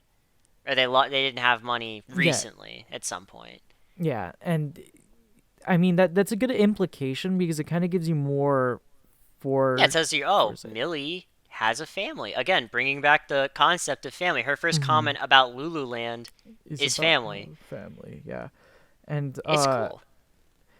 I think that's definitely a lot more like it also gives you an understanding that about how even demons have economical problems. Well, this like amusement park implies like so much for the world building again, because it's like this is kind of something you you wouldn't necessarily expect. It's just the fact that like in hell, these characters are it's a very technologically advanced society and Mm-hmm. interpretation as opposed to a lot of it. Like we've seen cars, we've seen in very uh like corporate looking architecture where it's like We actual see office buildings and stuff. Um computers. Billboards, computers, like phones, like there's a lot of industrialization that's happened in hell in this Mm-hmm. interpretation of it. And so for them to just have like a leisure amusement park, which itself is a knockoff of another amusement park, Yeah. is really funny because it's like, oh, that's totally what people would fucking do in hell. There's no like, and the fact that they have laws against it too, and like in Robo The Fizzroy's season song, desists. yeah, the cease Yeah. and desist, That was so and he burns the funny. pile of it. It's like it's really fucking funny Yeah. because it's like it's kind of it might be like a commentary, or maybe it's just because like the showrunners wanted to depict hell this way, but it's like it's kind of funny how like closely hell is mirroring the real world. Like, the more like hell feels a lot more traditional to like how you would expect Yeah. like a normal city to function than you would expect, like for how hell is usually interpreted, right? And the fact that like later episodes we see like they have like railway systems, they have like an elevator between levels, like it's it's really cool continuous world building because like it doesn't not only does it not like contradict anything that's come before it, it also like adds more to just like, oh shit, I wonder like what other fucking commodities they have in hell that's just like a normal thing. Yeah. It's And cool. and also the fact that they have animatronics. I know a lot Yeah, of it the was the kind of like a Freddy. animatrons. I know some of it was kind of like Freddy Fazbear kind of like gag, right? Well, FNAF they do get a bit jokes. quirky at night. Um, but also I'm exclusively gonna refer to the robot clown as Weirdbot because I don't remember his name His either. name's Robo Fizzaroli. Fizzle man, Robo Fizzaroli, You can just call him the robot. Like, the or Robo robot Clown is man, like fun. I don't care. Weirdbot robot. Sure, just keep saying weird bot. That's fine. I think the comments won't get angry at I'll me for keep that using one. his actual name. Don't worry. So Weirdbot, I do think it's very, it's like his song is really, I like the gags where he like throws he's insulting the children as he throws them, Well, I and like like the gag where they cut away and then they like come back and he's still singing the song and Octavia's like got her mhm, head back and she's like yep. hitting the bench I and then like Stolas is just like having a great time mhm, and it's like yeah he's really not paying attention to his daughter here is yeah, he? She and just wants to die. and like Blitz and Octavia both being like, I hate that clown. Well, yeah, but So they hate it for different yeah, reasons, and you no, realize that Blitz worked at the circus, yeah, no, I apparently, was gonna is mention that, according to this episode. It's and cool that that he's in the flashback of Octavia's thing, and then they're in the same mhm, pose that they are in like the flashback in the present. It's like a cool little thing. Like Blitz is resting his arm on the mhm, counter of the thingy, the balloon stand he's selling. I think that's what it was. And then like in the yeah. present, he's like leaning over still. I like I that shot. I like shots Yeah, like no, that. that was a really good shot. I also do find it interesting how Weirdbot they're gonna flame me so hard. Then use his actual name. Fizzaroli, right? Well, yeah, you Robot can just say Robo Robot Fizzaroli, but yeah. Robo Fizzaroli. Well, because we meet Fizzaroli later, Yeah, so I know. he's actually. Ro You want to know something funny? He's actually on the cereal box that Octavia was eating at the beginning of this episode, and I didn't notice that till like my third rewatch. Really? Yeah, he's a little character on the cereal No, box. no, I know. I'm just asking you didn't notice it. Oh no, I'm blind. Oh, okay. People notice that. I'm blind, I'm deaf, I'm forgetful. I'm not a good like source for any information, so I don't know why anyone listens to but me. yeah, no, I did find it interesting also how when Robo Fizzaroli comes up to, he's like, my sensor sense Blitz, and Is he's that like Blitz my well, sensors are no, seeing? he said Blitzo, remember, he Or said well, Blitzo, Blitzo, and yeah, the yeah, and O then is Blitz is like, silent. Blitz is the old silent, and then I like the fact that he always like says that to everyone. He's like, ah, it's Blitz. The O is silent, and then people are like, what yeah, O? yeah, and then he's like, and Exactly. then he made jokes as a clown apparently that nobody laughed at, which kind of shows. And this is just my interpretation of it. It kind of shows his need of approval from at least somebody, Yeah, because his wanting of validation and stuff too. yeah, because like he like getting insulted by the clown by Robo Fizzaroli kind of like sets him off after a while, but I think that's what hit like that's what the straw that broke the camel's back in this case, because that Yeah, well, wasn't it's that the last also thing that he well, said before it's they also the start fact fighting. that he does say in that scene as well. He says the does anybody love Yeah, you, Blitzo? He and then he's keeps like, calling him no. Blitzo anyways. Yeah, well, Yeah. the funny part is just the fact that it's like the way that scene starts too is there's like a demon that's gonna a little imp guy that's gonna murder Stolas or like try to murder him even though we know he Hmm. can't like well he can get hurt but He like can get hurt. oh god I'm gonna go mad. I'm getting flashbacks Comments but like flaming me. you're gonna flame me, but um, with the potential danger that may happen upon Stolas, uh, he shoots the little imp who's trying to attempt to injure him, and then that sends like everyone in the whole circus like going crazy, like, oh my god, someone shot a gun in hell, what the fuck? And then all the Yeah. kids run out, but also Octavia leaves. Stolas leaves to chase after Octavia, and then that's when that scene takes place. It's really funny that his first line is that Blitzo? Still sending the kids running away and screaming. That's just really funny, like, him observing the situation happening now and then still finding a way to dig it at Blitz is Uh, really funny. oh yeah. Also the They give a established. robot a lot of character for how Yeah. little he's on screen. Um. Also, I'm just gonna note this, and then I'm gonna be quiet for a second because I have to adjust something. But also, Okay. I love the Carney who scams Moxie and Millie.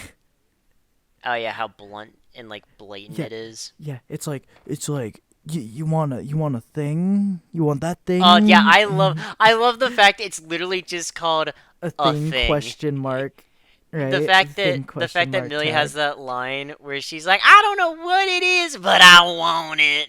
Oh, you want that thing? One game, please. Like that's a really funny, just like a bit of dialogue between Moxie and Millie and the Carney. The fact that like also because Millie wants something, it makes Moxie be like, oh well, I'm gonna try winning it. It's nice. It's cool. I mean, even though it's just like episode two, it's nice to see that like the you get the sense that these characters like actually do really just genuinely enjoy each other's company and spending time with each other.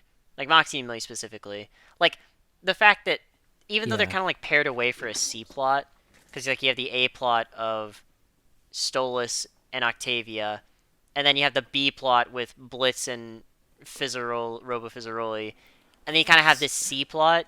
It's not really that deep. It doesn't take up too much time, but it's still it's probably the weakest part of the episode, all things considered. But it's not like terrible. It's not bad. I think it just goes on for like a little bit too long, but like it's still fine. I still just like seeing like Moxie getting mad. The fact that he's actually really competent with guns. He hits the Yeah. target and it doesn't go down. And then the fact that the guy's like wah wah wah. And then Millie misses Yeah, Millie entirely and is like, misses and then "Whoa." it goes down, which is really funny because it's kind of like, oh, Millie was using a knife in episode one, and Mm-hmm. she couldn't hit the target. Is Millie just like bad with guns, But but Moxie's really good with them? Because like he but hit a clean shot on Martha. but then Like, but then I'd like to note that I think Millie is the one who shoots the imp off of Stolas's back.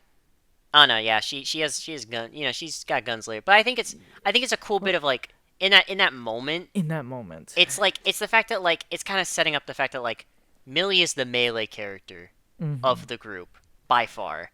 It would appear I'm out of the it's three of them. I just I don't know if that was just them trying to make. It's just something that slightly irked me. I It might looked have. at that and I was like, Yeah, I don't think it really like. I I think mean, very minor thing, all things considered. I don't think it really yeah, like changes much. I did I think find if it. like I think if it was like Stolas is about to fucking die, right? And And then then she they hits have the kill Millie shot. be the one to get it, and it's like a really impactful, dramatic moment. Like Millie's using a gun at the end of the episode when they're fighting Robo Fizzaroli, like all three of them. So Yeah. like that's why I don't really harp on it because it's like it's just kind of cool that like whenever Millie is able to, she seems to prioritize melee weapons. She feels a lot more Mm-hmm. comfortable with them, but she can still use guns. But she is the melee character. She's like me in any video game for real, like maxing out the melee build, the one shot. Yeah. I also think that what was really I think my favorite gag was after they all get exploded, right? Oh yeah, they all After fall down to the and ground, and and Blitz is like, then "Worth and then it." Millie gets He's just dragged dragged away. away. And I'm like, oh, what happened? It's really good. Yeah. I think it's also cool that the explosion's like a big heart, and the fact that Mm, Robo Fizzaroli actually gets dealt with in this episode. Like, the the B plot kind of crashes into the C plot with Blitz literally going through the tent and then crashing into the Carney, giving the yeah. thing to Millie. You know, I got a thing.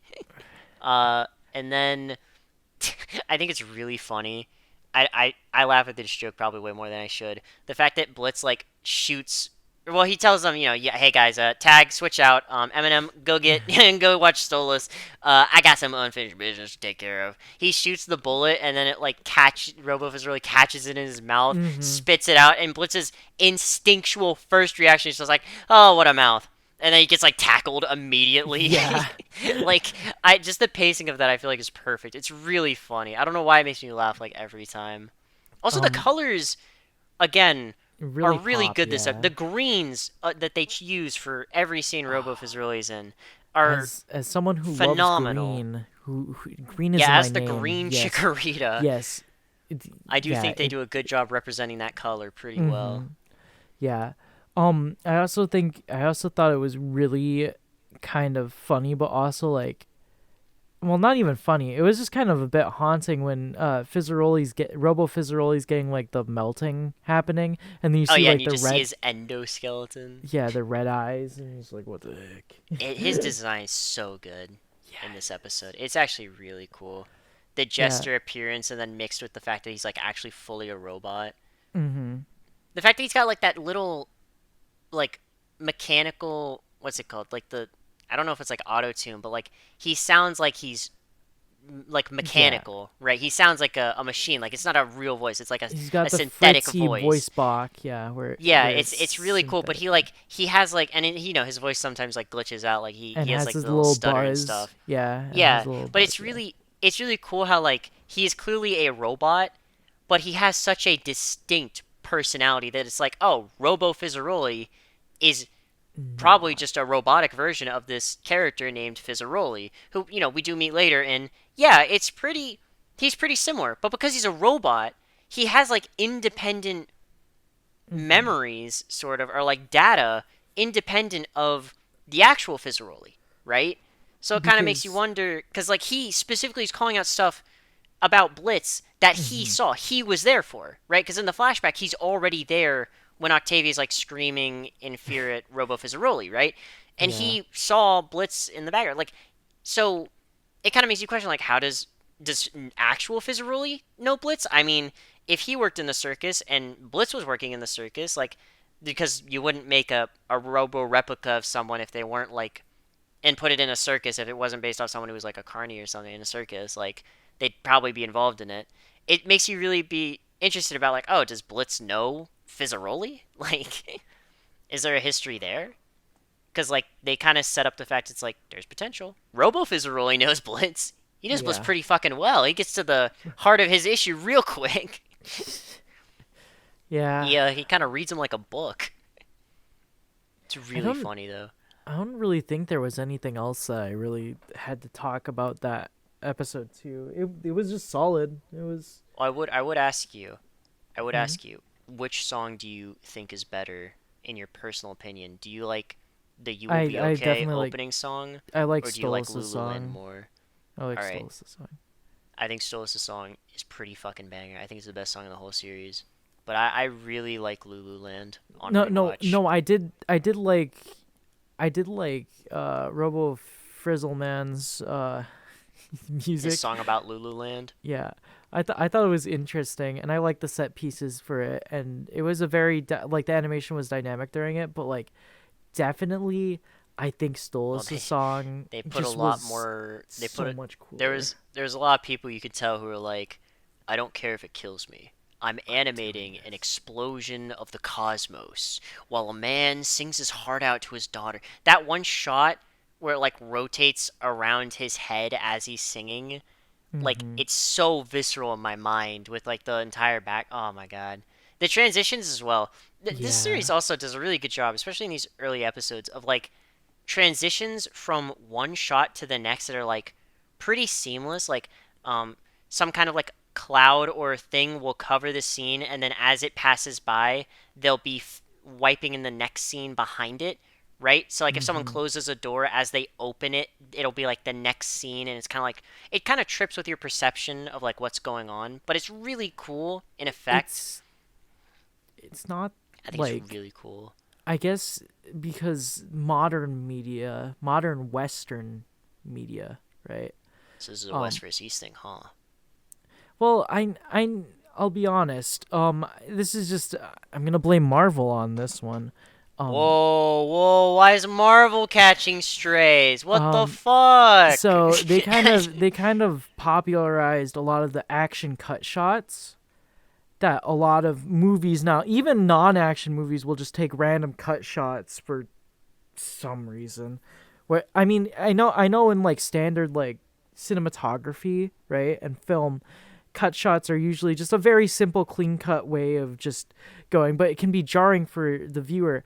But then animation kind of sometimes also took that route. So seeing this like transition from, as you said, from one point to another in a very seamless way. Just makes it feel a lot more cohesive, I guess.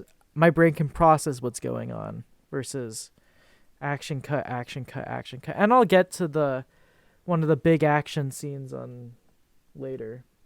You know which one Yeah, I'm no, talking about, the probably.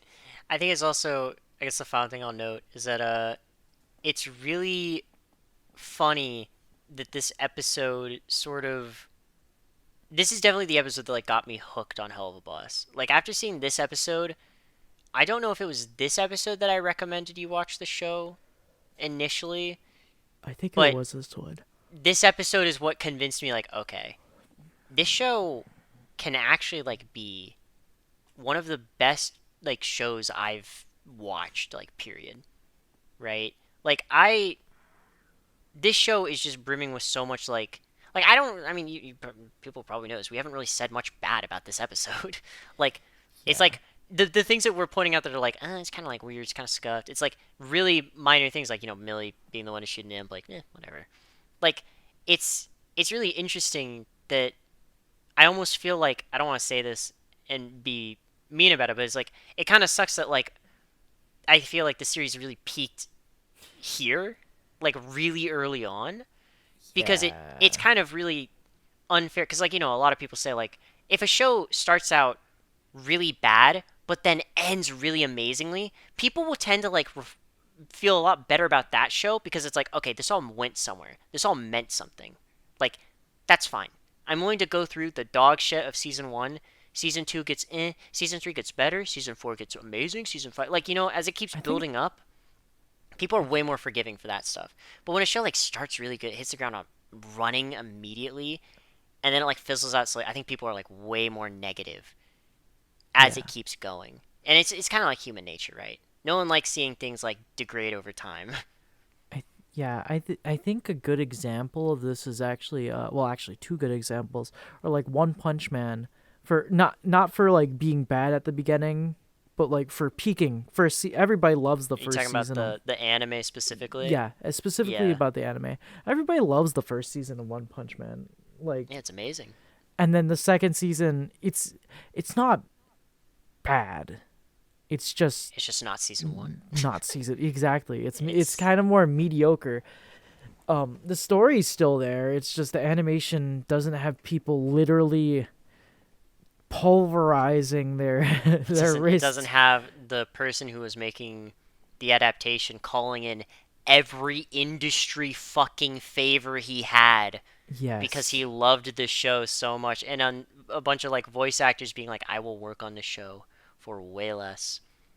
You can pay me way less. I just want to be a part of this project. Hmm. And animators literally just, they should never do this, but they're so passionate and they want to be a part of this that they're just like pulling consecutive all-nighters like, I Yeah. need to finish this shot. It's going to look amazing. It, and It's like, some of the storyboard artists literally just animating, like basically just animating it themselves. well, also the fact that like there were I remember there's one, it's complete tangent, but like I remember watching somewhere that someone had said that like there was groups of people who would sleep in their offices while working on One Punch Man specifically, so that when they woke up immediately they could just start working again. Gosh, yeah. And I'm just sitting here like, I'm happy you care so much. That's awesome because you guys all contributed to something amazing. Hmm. But if that same story happened and you heard about like it was about One Punch Man season 2, it's like, buddy, it's not that Mm, deep. Like like yeah. people tend to reward excessiveness and over determination, or like rigorous determination, only when it's like in spite of something that's like great. Like it ended up being something amazing. When people devote so much of themselves to something that's just so mediocre, it just seems as like, man, you must really suck at this if this is like all you could manage with all that like time you put into it. That sucks. Like I feel bad for you almost. The video game industry. Hey, you're already throwing fucking strays everywhere, okay, buddy? I know. But yeah, no, and You then gonna throw a another stray at Stray the video game? No another chance. I guess before we go back on to like episode 3, just to finish off this little side tangent. Stuff like Black Clover Um, well, I haven't watched it, but a bunch of people have recommended it to me, and they're like, well, the first couple seasons kind of fall off, but then it gets better, and I'm like, okay. That is probably the biggest like thing I've heard said about the show. I also haven't watched it. I watched episodes 1 and 2 and dropped it. Yeah, they say you have to get through like the first 2 or 3 seasons, and then it Someone pops told off. me you have to get through season 3 and then half of season 4. And I But don't know. But I but yeah, don't know.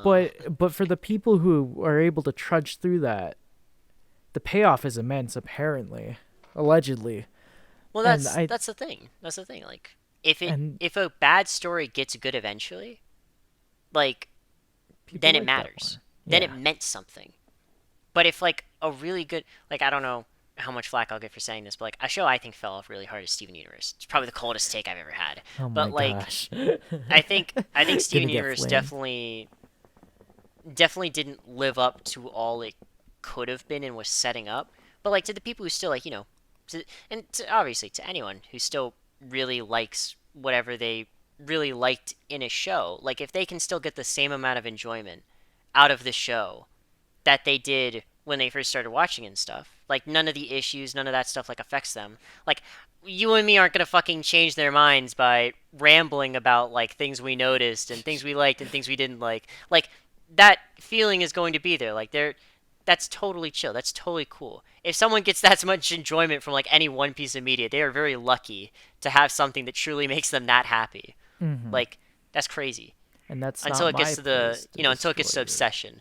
But like as long as Yeah. it stays right below obsession, we're being chilling. Like then it might have Yeah. a problem. But like I think I think it's really cool that there's a lot of people who, because obviously like this episode is also one of the most viewed episodes. That isn't the first episode, which makes sense. Like the early episodes are going to be the most viewed. As a series goes on, more people are just naturally going to like drop it, purely because of like whatever circumstance, right? Hmm. There's not as much hype around a show as it keeps airing until you get to a finale, and then like maybe views spike again. But it is really cool that, or interesting, I should say that like in this episode 2 sort of state, it really felt like there were so many avenues now open to the show because it's like, hey, we could do this basic, premise that we have, but now we have family drama on top of that. Now Yeah. we're gonna focus on one of them. We're not gonna tell you which one. And I think maybe it's weird of me to say, but like maybe in because of how successful the second episode was, I think it might have made not only fans of the show but like people of the show start to expect something different from what maybe started to transpire in like later episodes specifically, because Hmm. it feels like the writers on some level are, it's the internet, right? So it's hard to be working on something on the internet that gets like hundreds of millions of views and not see people like talking about your show, right? And what Yeah. people probably have noticed is that like Stolas is by far like one of the most popular characters from the show, like by far.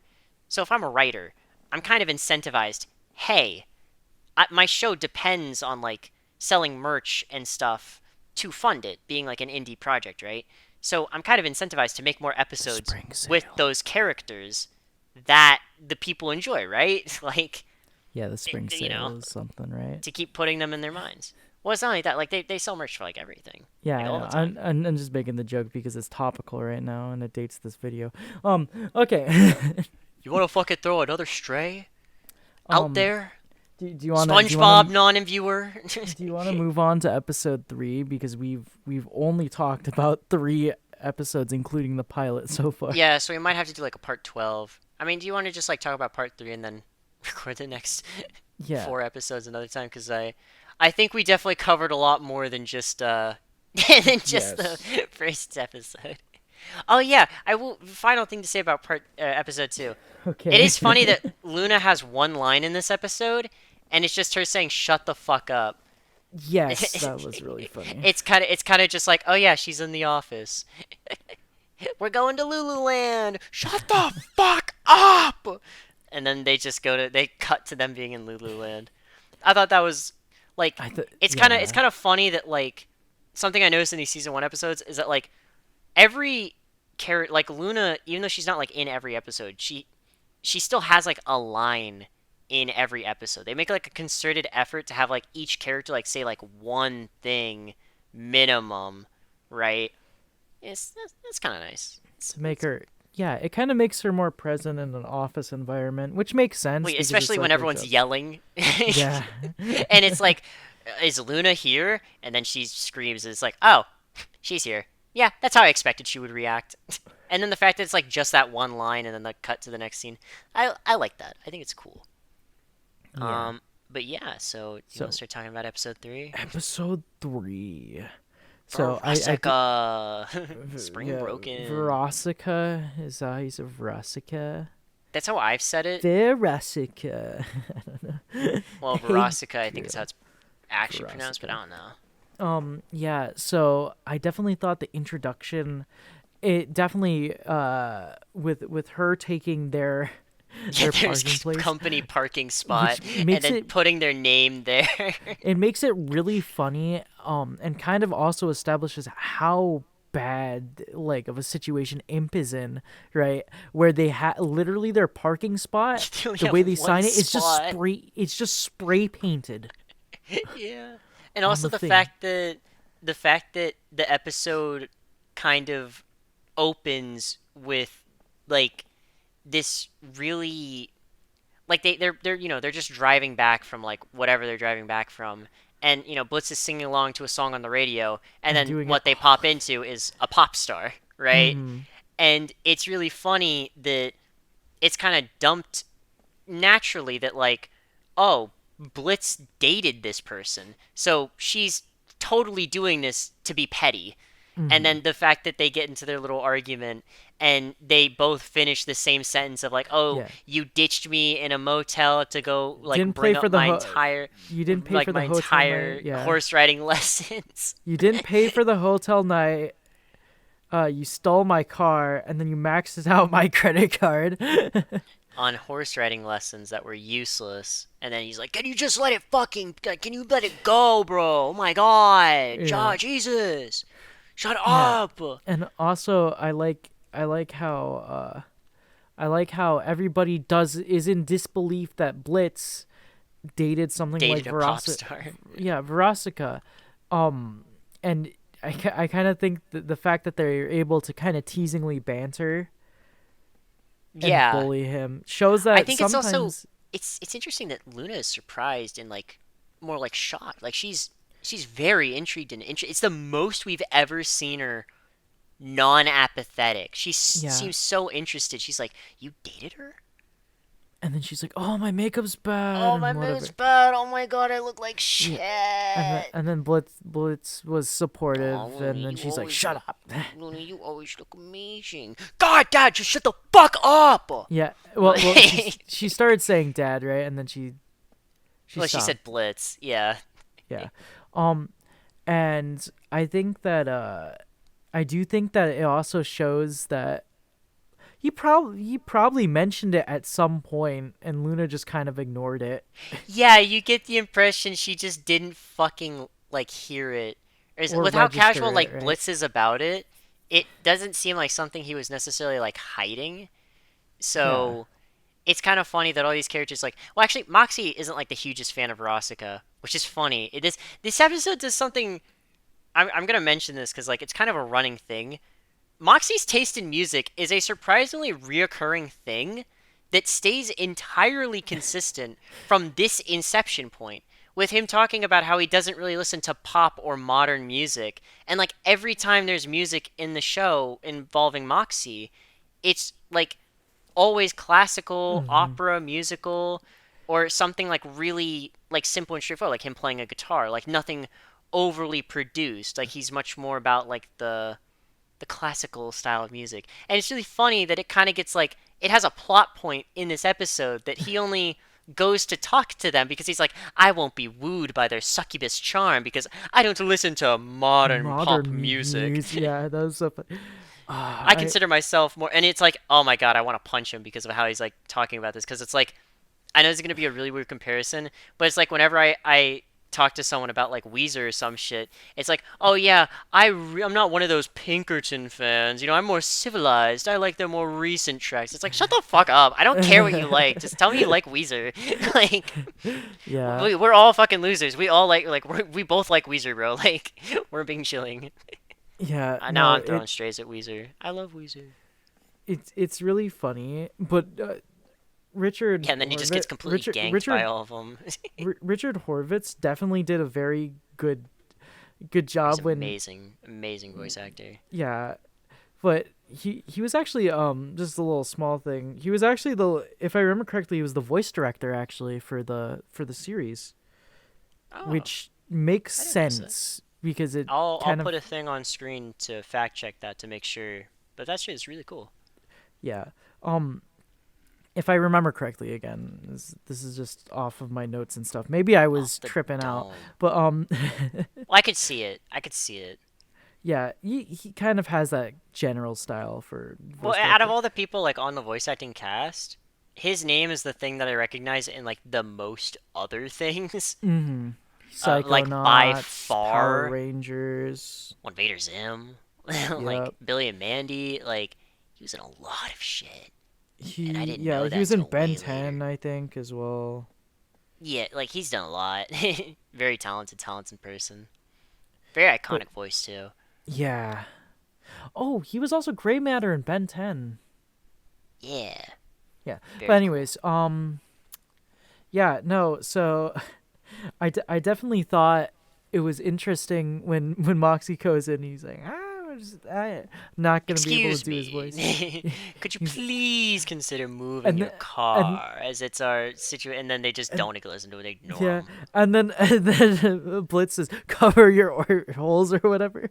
Don't let them put anything in your holes." Yeah, they just I'm see it just like, happening through the glass. And and then then he Moxie just comes out all like dazed and confused. lipsticked, yeah. And it's Yeah. really funny that Blitz told him to shut up as well. And then he Yeah. toned him out. He just completely toned him out. It Yeah. shows how self-centered he is. But once Moxie actually like got kind of hurt, then he actually goes in. Well, no, yeah. Then he intervened, and he's like, it's kind of nice that like it shows that Blitz does care about Moxie because like Hmm. even though Moxie's trying to do this thing for Blitz, he's way out of his depth. And then Blitz is like, okay, no, fuck, I have to like do this. Like I have to. And then he challenges them to a I don't remember what it was called specifically, but he challenges them to some kind of like special He demon says, off. "I challenge you to a challenge." He's like, "I said the same thing. I said it twice. Darn Yeah. it!" But And yeah, it's he like a challenges them to a challenge, and it's a it's kind of like this big like Devil's whatever. gamba gamble over just like The I don't know if we parking can actually spot. do this. Well, it's like it's interesting because it's like we can kill more people than you can fuck in one day, and it's like, well, I feel like one of those things is a lot quicker to do than the other one, if you think about Yes. it. Like a bullet in the skull seems to be a little bit quicker than sex, I I but also I also loved I feel like they were at a disadvantage when they agreed to the challenge.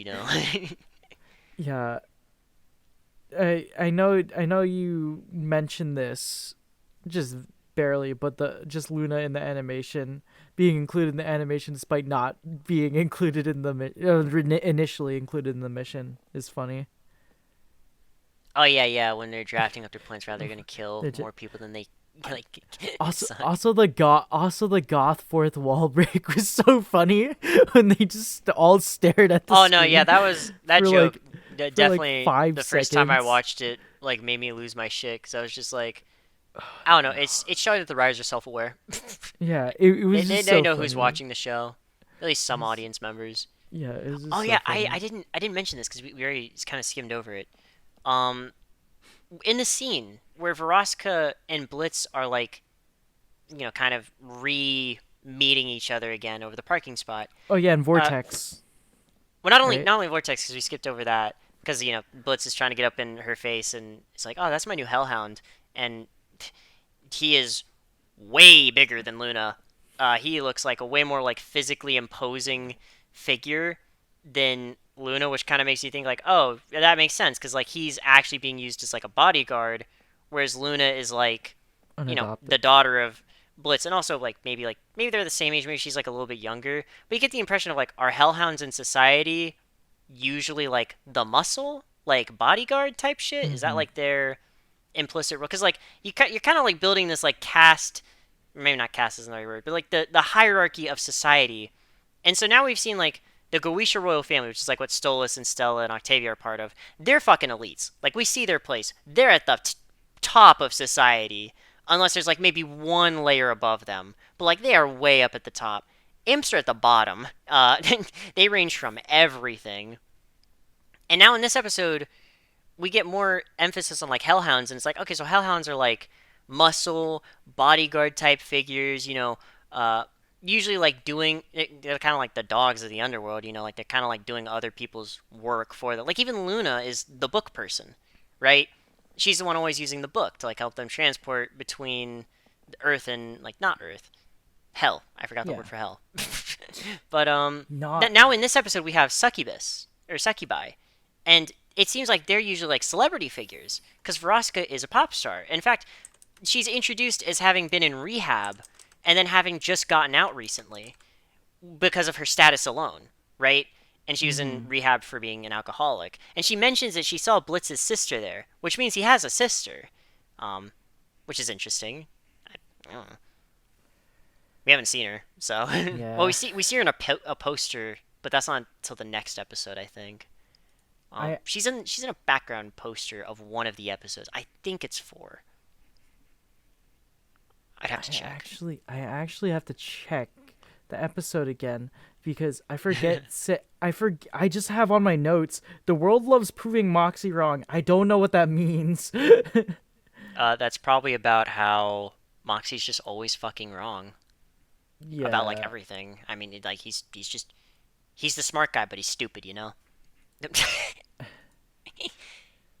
I guess yeah, but that's what I wanted to mention as well, just because like it's it's really interesting that like the sort of just by these episodes, even though they don't focus on it, it's kind of like building this implicit thought in your head of like, so these are kind of like the hierarchy of these sort of different species and their interactions and their interspecies politics with each other and stuff.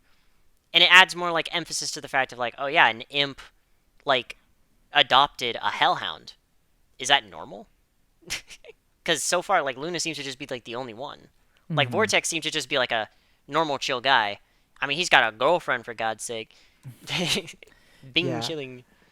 Oh yeah. I thought. By the way, I remember. I remember the context now. You remembered um. what that note was for? Yeah. That was when Blitz and I love the gag where Blitz and Moxie go and stick up their badly spelled 50% off Yeah, killing job thing. It yeah, was like this won't and work, and yeah, then this will there's never like attract anyone. 50 people. Well, yeah, this poorly made sign that's only hung up in one location. It's pretty great.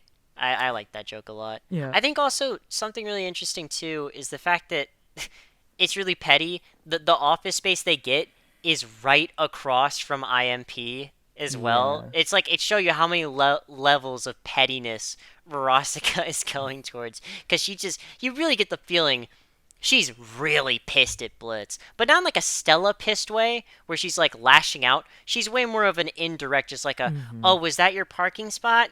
My bad, I Oops, didn't notice. mine. Oh, is your office right across from mine?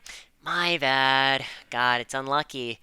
Like, it's Yeah. so unlucky. Why don't I you move your office? And then she would move her office to like wherever they did too. You get that impression. It's really funny. It's like a fun sort of like pettiness, right? As opposed to Stella's just like constant lashing out at everything that she does with Stolas. It's like it's characterizing these relationship because like again, it's the theme of like relationship as a whole, relationships with like other people. Every episode is like family or relationships is like the main theme kind of. mm-hmm. Even Luna tries to hook up with Vortex in this episode. Fuck man, but like Yeah. when you look at this episode, it's like kind of adding another layer to like this whole situation of like okay, so Blitz has an ex, they don't get along. Interesting. Very interesting, because we know that the person he's having sex with transactionally is probably going to have an ex in the future, right? He doesn't have one Mm-hmm. now, but I wonder if they're setting this up so that like these two X havers could have X's together. Huh? Ah, I yes. don't know. I don't know. But yeah, I also liked I'm kind of going in order of my notes more or less. Um the That's human fine. world disguises. I thought that was an interesting concept, and Yeah, also this like episode brings that up. Yeah. yeah, and also it shows how irresponsible Imp is, which or broke Well, or both. I was gonna say I think it's fucking genius the fact that this is like the first mission like Luna's like gone on them with, and she's like the most equipped for it, even more so than Moxie, who's like been established as before and like the always equipped guy. And it's like Luna's like, all right, so I'm gonna change my disguise now, and then it's like, wait, what? What does she mean by that? Wait, what? You're saying Yeah, what?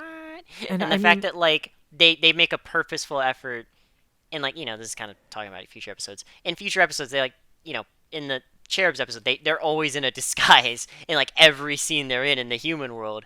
Probably because they set it up in this episode. Hey, human world kind of dangerous, man. Always wear disguises and shit.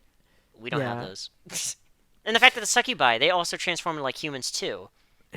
Their designs get like shifted. Like Veroska's human design is mm-hmm. a disguise. We now know, and the fact that it's like a spell or something, and we haven't seen imps do magic, so it's probably the case that like they just can't do that themselves, and Luna can't do it like To for them. them, right? Yeah, It's like a oh, I have this ability, only works on me, Sawi.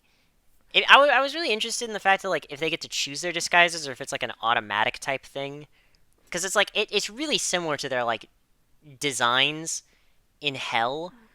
You know what I mean? I would be curious if like you could make your human disguise like just have like Luna has like green hair. She's like 29 piercings or something, like a huge tattoo. Like you could completely change it.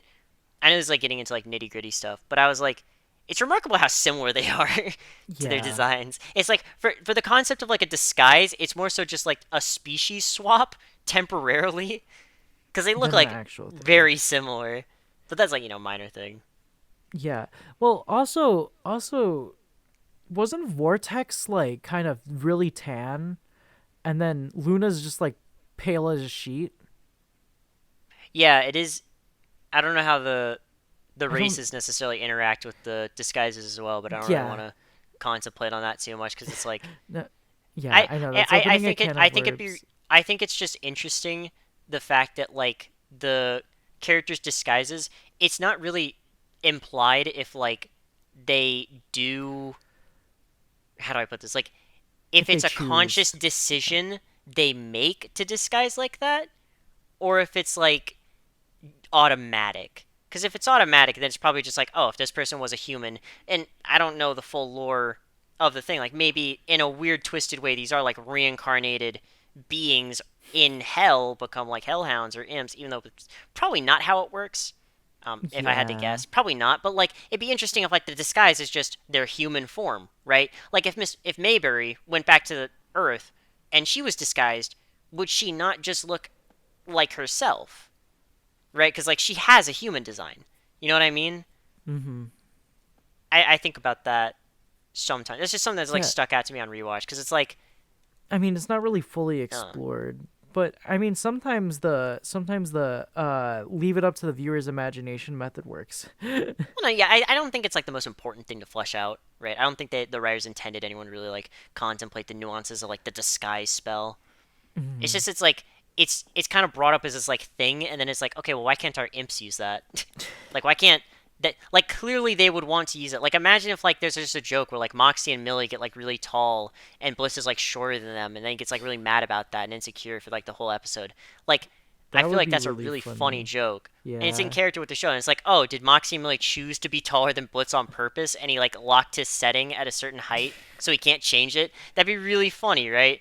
I Yeah. don't know if that's like Yeah. I don't know if that's like because it's imps aren't able to disguise. Like I don't know what it is. Their proportions also change in their disguise, so maybe it's like they I don't know. I'm gonna stop thinking about it really because it's not that consequential. Yeah, But they have their plan where Luna lures a bunch of people so they can kill them, and they do make an effort in like the montage and stuff to show them like all hiding in the shadows, slinking away.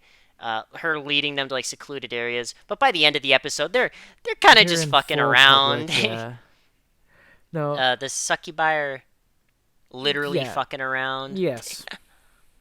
Yeah, no, I think that the drunk juice stuff that Veronica had earlier was The also demon really, booze. yeah. When it made the fish mutated, I was like, oh. But then when the earlier in the episode where she's like, where Blitz is like, weren't you in rehab? And she's like, rehab is for losers. Plus, I'm still popular. I'm like, oh my, Oh boy. that's Yeah, opening a can of worms. yeah, but it's just interesting the fact that like the fact that like the demon booze actually like mutates a fish shows it's like okay if that touched a human they'd probably go like demon berserk too as well. Yeah, So like her throwing the bottle away, it's like very really irresponsible. stupid decision and really irresponsible. She didn't even finish the last drop. I saw a little bit of dribble on it when she threw it. Like Yeah. she irresponsible, but that's kind of the point. But So but then when Moxie and Millie like after Blitz and Luna kind of start arguing and whatever and they're getting because distracted. Luna's trying to hit it up with Vortex Yeah. because she Um doesn't know that he's already scoring that bag. She doesn't oh know. gosh. It's actually really. I want to touch on that scene real quick because it's like the most awkward scene ever with Luna, where she just can't fucking get the words out that she wants to say. It's really Mhm. funny to see this like character who's just been nothing but like apathetic the entire show so far, just Be not be able to flustered. fucking, well, not only be just like so out of her depth on and just talking when she's like had no trouble speaking her mind at any time earlier. Like Yeah, and I really like the fact that it's like yeah, Luna's kind of a fucking klutz sometimes. makes her makes her more human. Like as Well, in when like she's in her disguise, yeah. as in the human element of just being flawed, and I Yeah, like that. It's yeah. good. Shows a new side of her. Yeah. And like the situation that got her there is believable, And Yeah. then Blitz getting mad because she's fallen in love, Yeah. which is really interesting for Blitz because like at the beginning of the episode, or not beginning, but like the beginning of this plot of like the challenge, he's like, Luna, no, spring break's way too dangerous for like teenagers, way too Too dangerous for dangerous. teenagers. And then as the episode goes on, you kind of get the impression like what Blitz was actually afraid of was like Luna catching feelings for someone, which is Hmm. interesting because like, this episode shows that like Blitz has a past relationship, the fact that he has something going on with Stolas, like his relationships so far are shown to be a bit scuffed. Like Yes. there's something always going on, and maybe part of why he doesn't want Luna coming along is the fact that like he doesn't want her to get into a relationship, which is why he goes like it's why he talks to her the way he does in that scene where he's like trying to get between her and Vortex, and then like why understandably Luna gets really fucking mad at him, tells him to like fuck off and shit, and they like have their argument, And and then then Vortex coming yeah. over and being like, man, that shit was rough. Like, you okay? It's like a nice human scene from Vortex 2, just be like, damn, I don't really know what the whole situation is. Uh, are you good? But yeah, Like, like because he's just right there. Like, and Vortex as a character and just in general is he's definitely chill. he's kind of the antithesis of Luna in my opinion in some ways because he's a lot more willing to listen, like actually listen. Yeah, And he's big chillin'. He's yeah, only doing his job. He doesn't actually like hate any of the people in IMP. He doesn't give a shit about any of the like beef or anything. It's like my job is to bodyguard this girl. mhm. Yeah, that's my job. You want to go like hang out at a party later? Like my girlfriend knows some cool people. Then you I actually see mean, her go to that party in a later episode. yep. It's cool. Yeah, It's the actually I little really note like on that. the little note Yeah, for that. it's Yeah. nice. Like, and the fact that his like little name is like Tex is what Luna calls him because it's like a nickname. That's Yep. really cool. I really like that. Like, even though it's like an immediate like blink and you'll miss it moment, or not blink and you'll miss it, but it's like a really quick moment. that Hmm. it just shows like this arc, her meeting him, it went somewhere, and that's really cool. Um, Yeah. and also the fact that like he's genuinely probably like the is he like the chillest character in the show, like the most like I'm pretty. non-aggressive despite being a bodyguard. I'm pretty sure. Yeah. He's Like other like. than him interacting with the people who are trying to like get on stage and shit, like going crazy, he doesn't really He's. swear much. He doesn't make any like sex jokes or anything. He just vibes. He's a vibe. He's just chilling. Yeah. He's He's probably down to one of hang the out with more. people. Yeah. Social. He's just enjoying himself. Honestly. Yeah, he's got no Can't, drama going on. I can't really fault him on that. But yeah, I did also kind of find it interesting how they try like they kind of successfully show off the kind of like the dynamics between Moxie and Millie, right? But Yeah, I like the as fact that when Blitz and Luna are all busy with their shit, Moxie's kind of like, ah, damn, well, shit, it's up to us again. All right, well, let's see what we can do.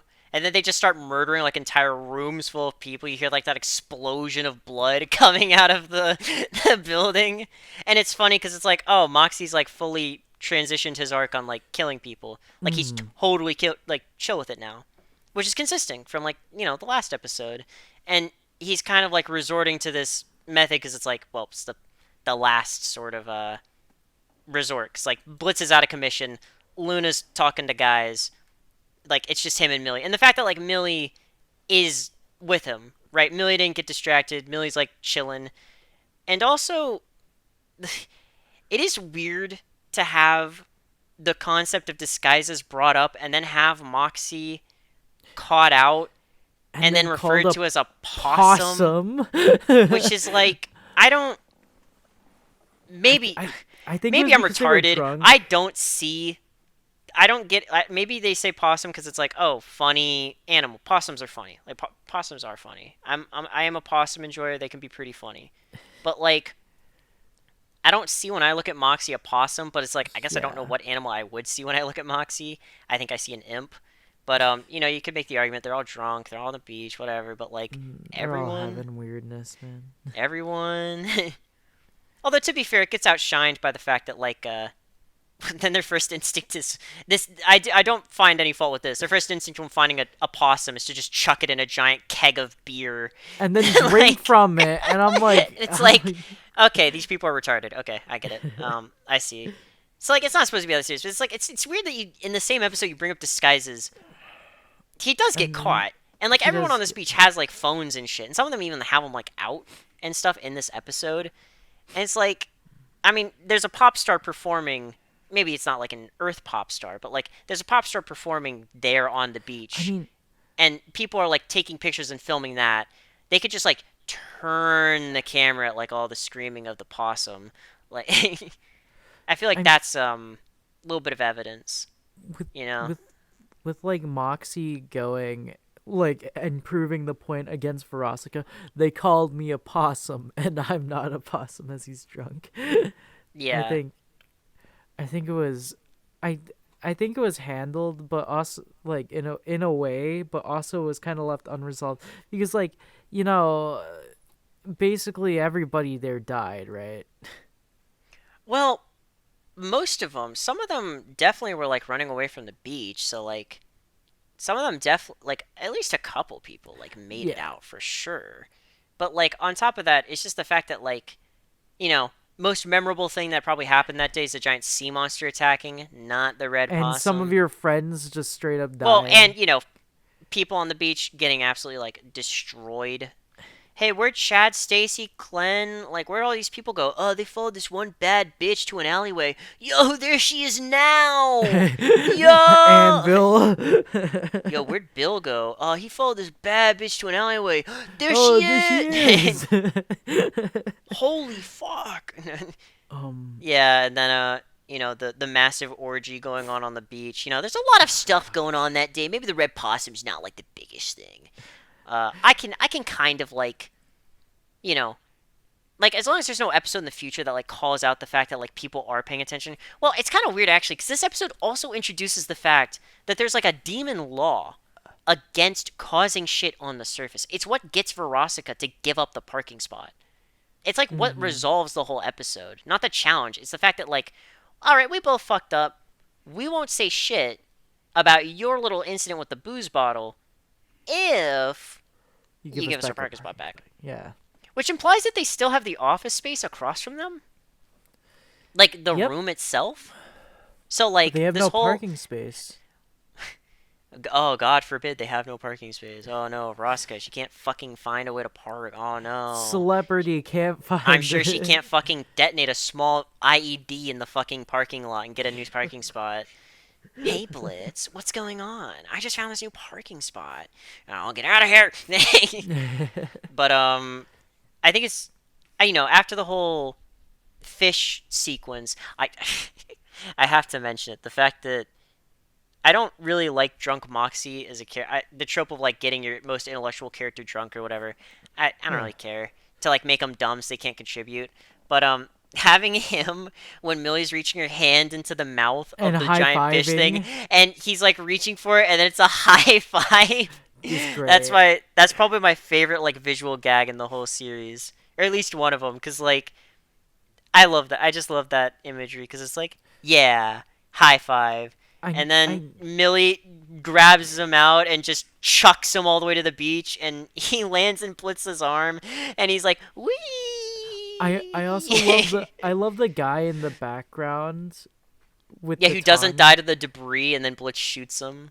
Yeah, he's like, "Hi, I lived," I and then he just lived. gets Yeah, and then blasted. and then Moxie's line later where he's like, "I love that woman," Woman, and it's in yeah. like a different tone of voice. It's really funny. It's really like I don't like drunk Moxie at the beginning, but like he definitely wins me back over, and then he loses me again when he talks about he starts talking to Verosika. About the But possums and the it's birds. just well him saying I am not a possum and then falling into the sand. Also, that's funny, but like I it am just not it a just keeps possum. it just He's keeps like, going, man. It keeps going. they called me a possum. Possum. I I'm not a am not a possum. possum. Dies. Yeah, he's having a time. But Millie going absolutely ape shit on the fucking fish demon, It bro. Holy shit, that could have been Flounder from The Little Mermaid just mutated. Like we don't know. Like he probably had a story. He's gonna end up in hell and then call a hit on someone. Oh Like gosh. probably on the pop star who gave him the booze bug. No, but The cycle like continues. it's really this is probably the first episode that really shows how fucking batshit crazy Millie is. Like how strong she is. Cause she manhandles this thing. Like, it's not even close. She fucking destroys it. And it is like her coming back to the beach, like all covered in blood, like panting, just be like, I fucking did it. Oh my god. Like, is everyone okay? it's it's Yeah. pretty it's a pretty raw display of strength, which then makes me question episode one. It's like a beer bottle. A It's interesting beer that both of these bottle? instances happen with to have booze involved in it somehow. So maybe she's like really weak to like human like beer specifically, but like demon beer, she, she's strong. It she's powers weak. her up. She's weak specifically against anything human. Well, against human alcoholics, Human. she's weak, D- but So demon alcoholics, if she's a smart. drunk Irishman shows up and he's like, She's Iowa. fucked. She's fucked. she's just dead. She's It's screwed. She's like, over. Moxie, I'm gonna need you to like step up to the plate on this one. But it is also cool the fact that like because she did that and she went into the guts specifically, she found the beer can, which is like or the flask, which is like what she says is like I'm pretty sure this doesn't belong to us. Mm-hmm. And like Veronica catches it. It's like a cool little moment where it's like yeah, because Millie did that, she actually was like able to pinpoint the fact it's like I mean it's a pretty foregone conclusion Yeah. that like it was them who caused it, but it's like confirming it 100% with no doubt. Like, okay, Veroska, what the hell, bitch? Like, come on. Like, really? You just got out of rehab. Yeah, But I and guess I then guess at the end of the episode, like, they go to human cop prison, prison actual human. jail. But then she shows up later, so she got out at some point to Well, I mean, show up in she Aussie's. somehow she gets to the human world without the grimoire. That's something I was literally You were about to about bring to up mention, because I yeah, was I gonna was thinking say about she it. can get out of prison in the human world. That's chill.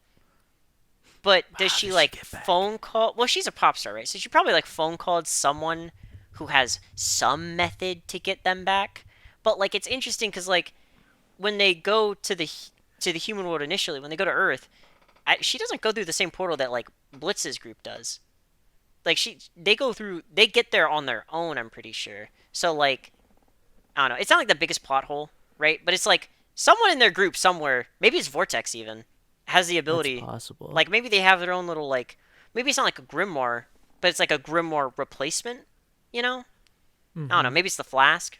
Maybe she drinks a little bit, she takes a swig, and then she can transport. Maybe I don't she know, like it gets has so magical capacity. looped. Like it fucked up the fish, dude. Like That's maybe, like true.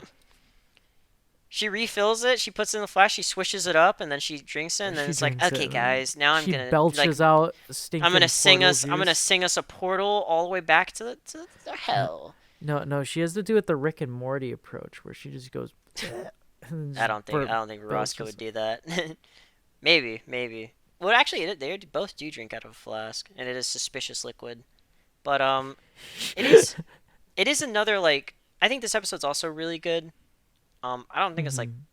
I think it's just like it's kind of funny that this episode mainly the only thing that really happens is like the whole you learn a lot about Blitz and Baraska as a character, and Yeah, you get a lot of development for Luna, but like in terms of like plot itself, nothing really changes for IMP, and right? Like status Millie quo is still the gets same.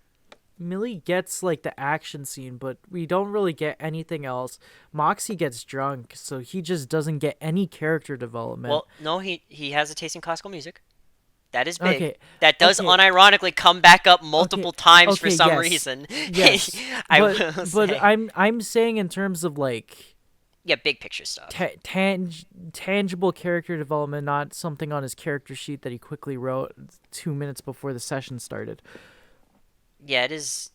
I think Luna does get actual development though, like for real, for real. Yes, well, we get insight into Luna and Blitz's relationship, Dynamic, yeah. and we see that he wants her to acknowledge him, and she doesn't, and then she says hurtful words, and then He's but upset. then she implies that he always gets over it, so that implies that Yeah, they they have mentioned that like spats. this situation has happened a lot because of Yeah, how like normal or well not normal, but like how quickly she's nonchalant. just like, Yeah, yeah, this happens. Like he gets over it. You don't say someone gets over something a lot like really quickly unless it happens to them, for them to get over it consistently. he gets over Um, it. He always does. That's what she does not get says. over it. But but yeah, and then they kind of like have their little resolution at the end of the episode. Mm. It does feel weird that like with how like Luna and Millie are expressed to be like fans of Veronica. It's only really like Luna who expresses her fandom for Veronica. It's not really like Millie isn't even in the scene with the whole like challenge thing. Like she doesn't go into the office room. She doesn't like with Moxie and stuff. Like I almost kind of wish like Moxie and Millie had gone to the room together and like Millie got really defensive with Moxie, like making sure like no one touched Yeah, him. That would have been really funny. But the visual gag as well, where like they talk about like, oh, what are you gonna do? Tell HR, and then like they play a laugh track and everyone just starts laughing. That joke caught me way off guard, but it was really funny. that was In the yes. office, um, it just feels a bit weird. It feels like Millie in every episode is kind of like the last character in line to get the scene. Like it's Yeah, Blitz, and then it's Moxie and Luna. They kind of share that second slot, and then it's like Stolas even, and then Millie is like well, all the way at the end where you're it's like, you're okay, none of these characters can get involved. Now Millie gets the you- like we need a character to do this action. Now Millie's here. She gets to do it. you're forgetting about one other important character, the client slash the victim. They go in front of Millie. They do, yeah. Which is So this is why the only time Millie really gets to show off is because there's no client. So yeah, well, I and I guess mean technically there are a bunch there of are a lot of clients. clients. Yeah, Yeah, technically, but like there's not one focus. But yeah, I mean, don't get me wrong. They establish her well as being able to take care of herself, but they've already kind of established that Yeah. before, and then they kind of establish it in one, right? Well, Kind I of, think I but think I think this episode, the thing that really shines through about Millie is her overwhelming strength that seemingly to me came out of nowhere. yeah, And I think the implication is that because Moxie is in danger, this is how I see the scene. Because Moxie's in danger, she just gets like way stronger. That's how because I their see it. love is Because of love. strong. Yeah, And it's an inversion of episode 1 where Millie was the one in danger, so Moxie got braver. Moxie's in danger, so Millie got like stronger. And also she got that little moment where she got to like, you know, be be kind of cunning where she's like, I'm pretty sure this shit doesn't belong to us. That line was given to Millie, not Blitz, not anyone else. Like Millie has that moment. Millie hmm has like connecting the dots, even though it's simple dots to connect, but like she still connects them, uses it in a conversation to like get their way. And, she is celebrating at the end with the whole gang about the fact that like they won. Like you you feel like she's there. It's just the fact that like a lot of future scenes like just kind of keep reinforcing the same characterization yeah. of her, and it's kind of like Moxie and Blitz and it Luna and Stolas, they all get like scenes that are different. Like different things keep happening to them, but like Millie consistently has the same shit keep She being her focus. she feels flat. Yeah, but Like like in terms in of like action dynamics, she's flat. yeah, I mean, she's yeah, characterized pretty round, and but yeah, like we even hear about her. She even has that one line about like her family and like the financial situation. Like yeah, that's it. But like it's kind of ironic because we go to the family situation. They don't really talk about that much, but that's for that yeah. episode. Not for now. That yeah, no. This is man, we're gonna have to chop. Oh We no, are we have to chop slower. this into multiple parts. This Oh is the no. setup. This is the setup we did. Guys, do you remember when we said tune in for part 2? We're killing Moxie if you don't make part 2. I don't know why I chose Moxie. I like that character. No, I like Moxie too. We'll kill Millie. No! Moxie likes Millie though. That's true. We'll kill Oh, Blitz. you know what? You know what actually? We'll kill all the dads that are left. Okay, guys? Every dad in Helluva Boss will every die. every That father includes Blitz, that and includes Stolas. Stolas, and Millie's dad, who I don't remember the name of. They're Honestly I don't all remember his dying. name. They're all dying if you They're don't all dying. fucking comment that you want a part 2. Yes, comment, but What's an yeah, arbitrary number of like likes that you would want to let's see? do 371. You are so specific it hurts. I'm gonna say 372, just so Okay. mine's bigger. We'll go with Fizzies. Fizzies. Fizzarolis, yeah. I'm Fizzaroli. Fizzaroli. Oh fuck! Oh my But god! I forgot. I don't know if I said it. I love Fizzaroli's design. oh my gosh. It's really good. You mean the Robo Fizzaroli or I Fizzaroli like both of them. Fizzaroli? I like both of them a lot. Well, we haven't talked about Fizzaroli, so He are you was on trying to cereal content bait box. for well, No, no, yes, no, but no, are you no. Well, trying to content I bait? just genuinely, I just, a lot of the designs in the show, not everyone like hits for me, but like, I like how creative they are. You know, Yeah. I like that a lot about this show. There's a lot of like really unique character design, and like you can tell in like a lot of like the background scene with all the clients lining up. You can tell like the people were just told like, okay, you can put like your OC here, because like the character designs are like all over the place, and it's kind of like, oh, this is my imp Sona, this is my hellhound Sona, and it's like those tiny little like touches of like personality and shit, where it's like that's cool. Like I can tell these animators like drew their own character for this scene. That's funny. And I mean that feels fun. Yeah, it is fun. It's pretty cool. The There's the big a what were you say? Sorry. I was gonna say the biggest question is how many people are going to watch this entire thing? Oh, 5. Don't worry. I Yeah, already checked. It's 5. Um, 5. but I think did we talk about the song itself in episode 3? I don't think we did. Oh no, I don't think we did. How'd you feel about it? Because there's been a song in every episode, Yeah, and that's I really wasn't really interesting. too into it. Not gonna lie. Yeah, it's probably my least favorite song so far. I like the It, fucking episode 1 song more. yeah, no, I just didn't really like it. I mean, it's not that it was It's not bad. Just bad. I just it's didn't like. It's not my vibe. it's pop music. We like it's what Moxie would call modern pop music. Moxie wouldn't like the song. I do think that overall though, for like the first 3 episodes of a series, I think like these are really great episodes. You know? Like I think there are things you can, pick apart in them. There are some I mean, granted, there are a couple of like kind of big things, but like for the most part, it's remarkable how this show is just a really great show in episodes 1, 2, and 3. You know? Mm-hmm. Like, would you agree with that? Yeah. No, I think it really starts off solid. Actually, it Yeah. definitely feels like a more established, like in terms of quality. I mean, obviously there's like the occasional hiccup and whatever, but that Yeah, but it's even it's that like something that you can I can usually usually it overlook doesn't. it.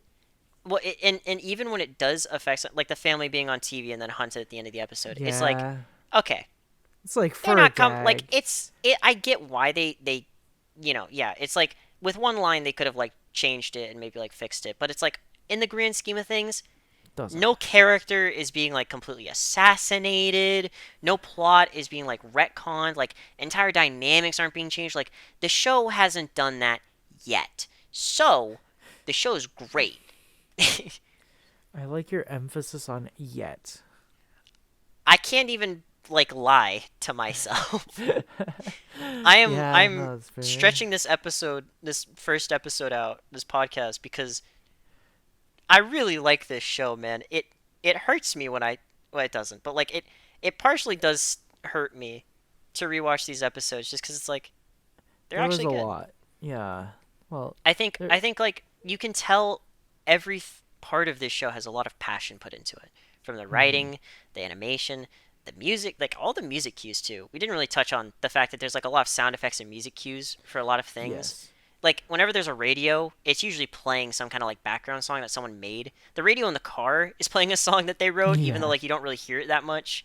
Um, that's I think cool. you hear it for the credits when Blitz Yeah, is yeah, it's still it's it's in the singing it it's in the awfully. episode at the end, and it's Yeah. it's really funny because it's like Blitz trying to sing along to it, and then you actually hear the version at the end.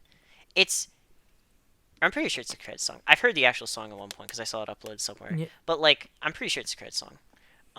It's really cool. It's nice to see like that. There's actual genuine like love and passion being poured into every part of this show, and I think it's really cool when you see a lot of people who really care come together and actually like make it. You know what I mean? Like really actually just hit their stride. Like at least this show was really good. Like at one point, right?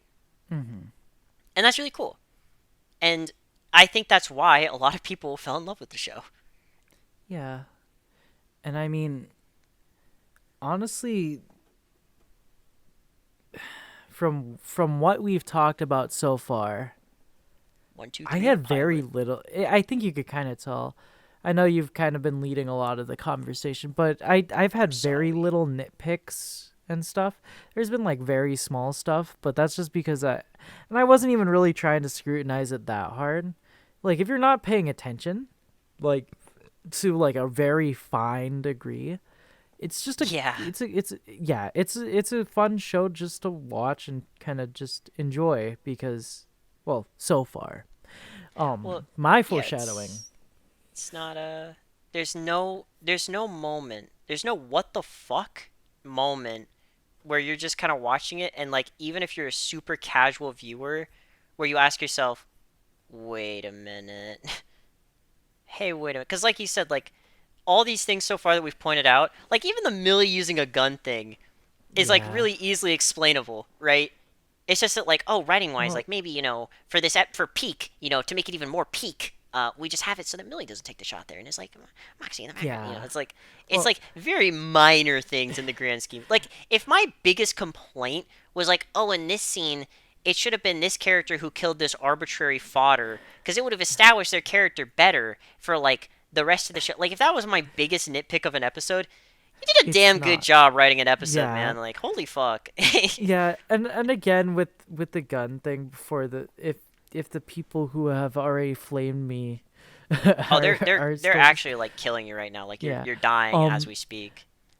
my point with that comments was mainly because she had just flat out missed like It was 15 a feet from the it was a target. pretty big miss. It was like It she was she she shot and she missed, and it's with that tiny little twerky it's gun. it's And shot as well as if like she didn't intend to miss at all. Like she was earnestly trying to. So you yes, can't and try that to that say was like, my oh, she missed on purpose. that was more my problem with it, right? Yeah. Because if that's like having someone from like they're like I scored the highest on my marksmanship, and then them shooting someone like 5 feet away from them, and then saying, and then the person's like thanks, and they're like yeah, I shot. I scored the highest on my marksmanship test. Remember, it's like Yeah. you're five Yeah, feet away. it's kind of If you crazy. if you missed, it would not make you would look like a Well, yeah, buffoon. it's like when a story is telling you like this character is the most like intelligent character in the entire universe, and then they do something really stupid, and it's Yes. like okay, either the universe is really dumb, or everyone who appointed this character doesn't know how It's stupid this character is. But then they yeah. reaffirm it later, and it's like not brought up, and it's like okay, so the writer is really dumb. I The figured out who the dumb one is in this situation, and I don't know if writer the doesn't writer know is what gonna they're like me doing. saying that. I don't know if the writer realizes the dumb character they wrote, Yeah, but and it is really cool. It's nice, and it's interesting that like you obviously know a lot less about the show, and I know a lot more about the show, and it's funny because you haven't rewatched season two, so it's yeah. like there's a lot of it's. I don't want to like spoil, it, but probably a lot of people have like watched the show and stuff, and have recently rewatched season two or something. And I would encourage anyone for the purposes of this, like if you've gotten to this Hmm. point, if you really do, you know, want to play along at home or whatever, I would highly encourage you guys to rewatch the entire show because like binging the entire show back to back, specifically in like one sitting, it's hard to ignore the direction it takes in terms of not only like quality in writing is specifically like majorly specifically in terms of writing, but in terms of just like the way that the show is handled in terms of like the episodes that are made, because it feels like even though like these episodes aren't inherently like connected, these first three episodes they're all setting shit up. Like they are setting so many things up. We have the IMP and how it works. We have Stolas's family drama. Now we have Verosica in this most recent episode, and even Vortex is like a setup that gets a payoff, even if it's a small one, right? And That the means world disguises, building. yeah, the disguises, the world building, the fact that there's like a demon authority, the fact that there's like a hierarchy in hell, like all of these things are just like very efficiently set up in these first three episodes, and like I'm hooked. Like I want to see what happens next in these future episodes, because the show does a really good job in these first few episodes of just like constantly expanding, but not like um overwhelming itself. They're It's still making very focused at the end of the day. they're making something compelling in a smaller scope, but then they're slowly widening the lens so that we can Yeah. see everything else, but they're keeping it still contained instead of just ripping off the edges, right? Yeah. Yeah. Yeah, it's really cool. And there's also a And bunch of like background stuff too that like adds to the world building. Like all the background gags with the billboards, like I mentioned. Like every billboard in a background is like usually like a joke, and Also it's really funny. the nonchalantness to the murder, or the baby with the baby with the heroin, or the Yeah. sign crushing Well, the it's one imp, you know, there's a lot of stuff going on down there. or the one Oh the my god, I woman didn't getting. mention my favorite fucking joke in Lululand. You just Go reminded me of ahead. it. We're When they're really trying trying to to take drag the this out to 3 hours, right? no, when they're trying to take the family photo and then the thing lands on the kid, it's like, God damn it, Jilly! You ruin every photo! You're a And fucking then the little loser! tear appears in the eye, right? Yeah! And I I feel love bad that for fucking him. gag. Yeah, And then the it's really fucking baby, funny. looks disapprovingly too, and the mom. Yeah. No, So they're all everybody, upset, yeah. they're He all ruins looking every at. photo.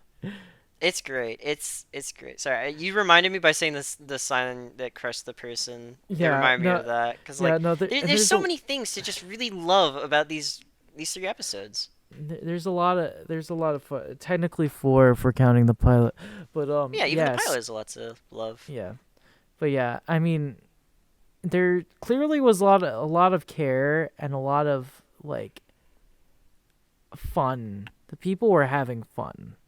And Yeah, I would like to emphasize that they were having fun. having a good time, and they were making something great. So Yes. that's cool. And I think that's probably where we're gonna actually officially closing thoughts wrap this up. If Yeah. there's anything else you would like to say in relation to these first three episodes on the pilot that you haven't already said, we know you haven't watched SpongeBob. Don't worry, I didn't forget. Like, if there's anything um. else you'd like to say, um, maybe even to the viewers at home, you Yeah. know, So preemptively, like, defending any of your takes. if Uh, if you guys at home want to tell me anything that want to tell us anything that you liked particularly, not why are about you roping me SpongeBob. into this? Um. You said me So and then you said us. What am I doing in this situation? you're in this conversation now too. That Um. sucks. I would definitely enjoy that. Just give comments. Tell us any inconsistencies. Yes, if I said something wrong, I apologize. Again, I'm not really like that experienced with the series, Yeah, this and was more of a casual watch through and yeah, casual conversation. This wasn't like the super in depth fucking voyagers of writing. Like I think we even and said, yeah, at the beginning, like neither of us are professional showrunners or anything like yeah, that. We're just fans. Well, I'm a fan. yeah. I'm just. I You're mean, you're a person. I'm I like the show. I guess I'm not exactly a fan. I'm I gained just consciousness at age 49. I started thinking recently. um yeah, but yeah, if you guys want to give us any little tidbits or any fun facts or stuff that I might have gotten wrong, that Fizzy might have gotten wrong, um be Cool sure stuff to about the tell show in us. general. Be make sure to keep it kind in the comments. I know people Oh are no. No, no, no, pe- no, no. people Don't can get listen. Listen. Listen, buddy. It's my comment section. You don't tell my commenters how to fucking comment. If they tell okay. you that you are stupid and silly and a I bit of a am. goofster, I'm aware. well then I guess that's what the comments are gonna say. We'll try to keep it civilized, boys and Yeah, girls and gamers. and I didn't and if forget you you. guys want to subscribe to this channel, you totally should. And You're calling part to action 2 on my channel. whenever, and Oh yeah, sub to where my. actually did you mention where people can find you? Oh no, I haven't. Yeah, where are you at? You're 3 hours into put the this. fucking You're video. gonna put this into the. This is how I make sure to cut off any potential flack people, or maybe I'm gonna get flamed for having it at the end. But I'm at twitch.tv/TheGreenChkrta, Woohoo. and also YouTube, TheGreenChkrta Gaming, if you guys want to subscribe to a dead YouTube channel or a Yippee. fairly active Twitch. Those exist. And yeah, thank you, Fizzy, for having me on. Oh yeah, you're welcome. This You're welcome. very late afternoon podcast. Totally. What are you talking about? It's early morning. We did It's this at a really respectable yeah, time. It's actually exactly. Cinco de Mayo when we're doing this. Happy Cinco de Yeah. Mayo, guys. We are not dating this episode at all. Merry Christmas, by the way. I know I didn't say it earlier, but like, I really May hope the you're having a fourth be great with holiday you. season. Oh my god, time flies so quickly when you're talking about Helluva Boss. Exactly. But yeah, thank you Yeah. for having me. Hopefully everybody enjoyed this episode. You can do Yeah, the if you outro. guys like this, genuinely, uh tell us, and I mean, might do more stuff like this. If Yeah.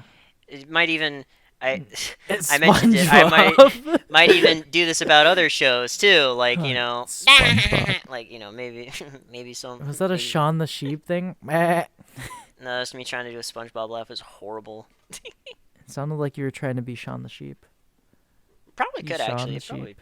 baller Shaun the Sheep impression. But yeah, that is probably everything.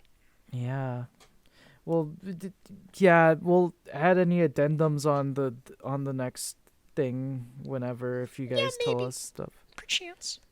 Maybe we'll read a couple comments at the start of the next one. Yeah, at the start of the That episode. actually could be like a fun thing to do. Just like read Yeah.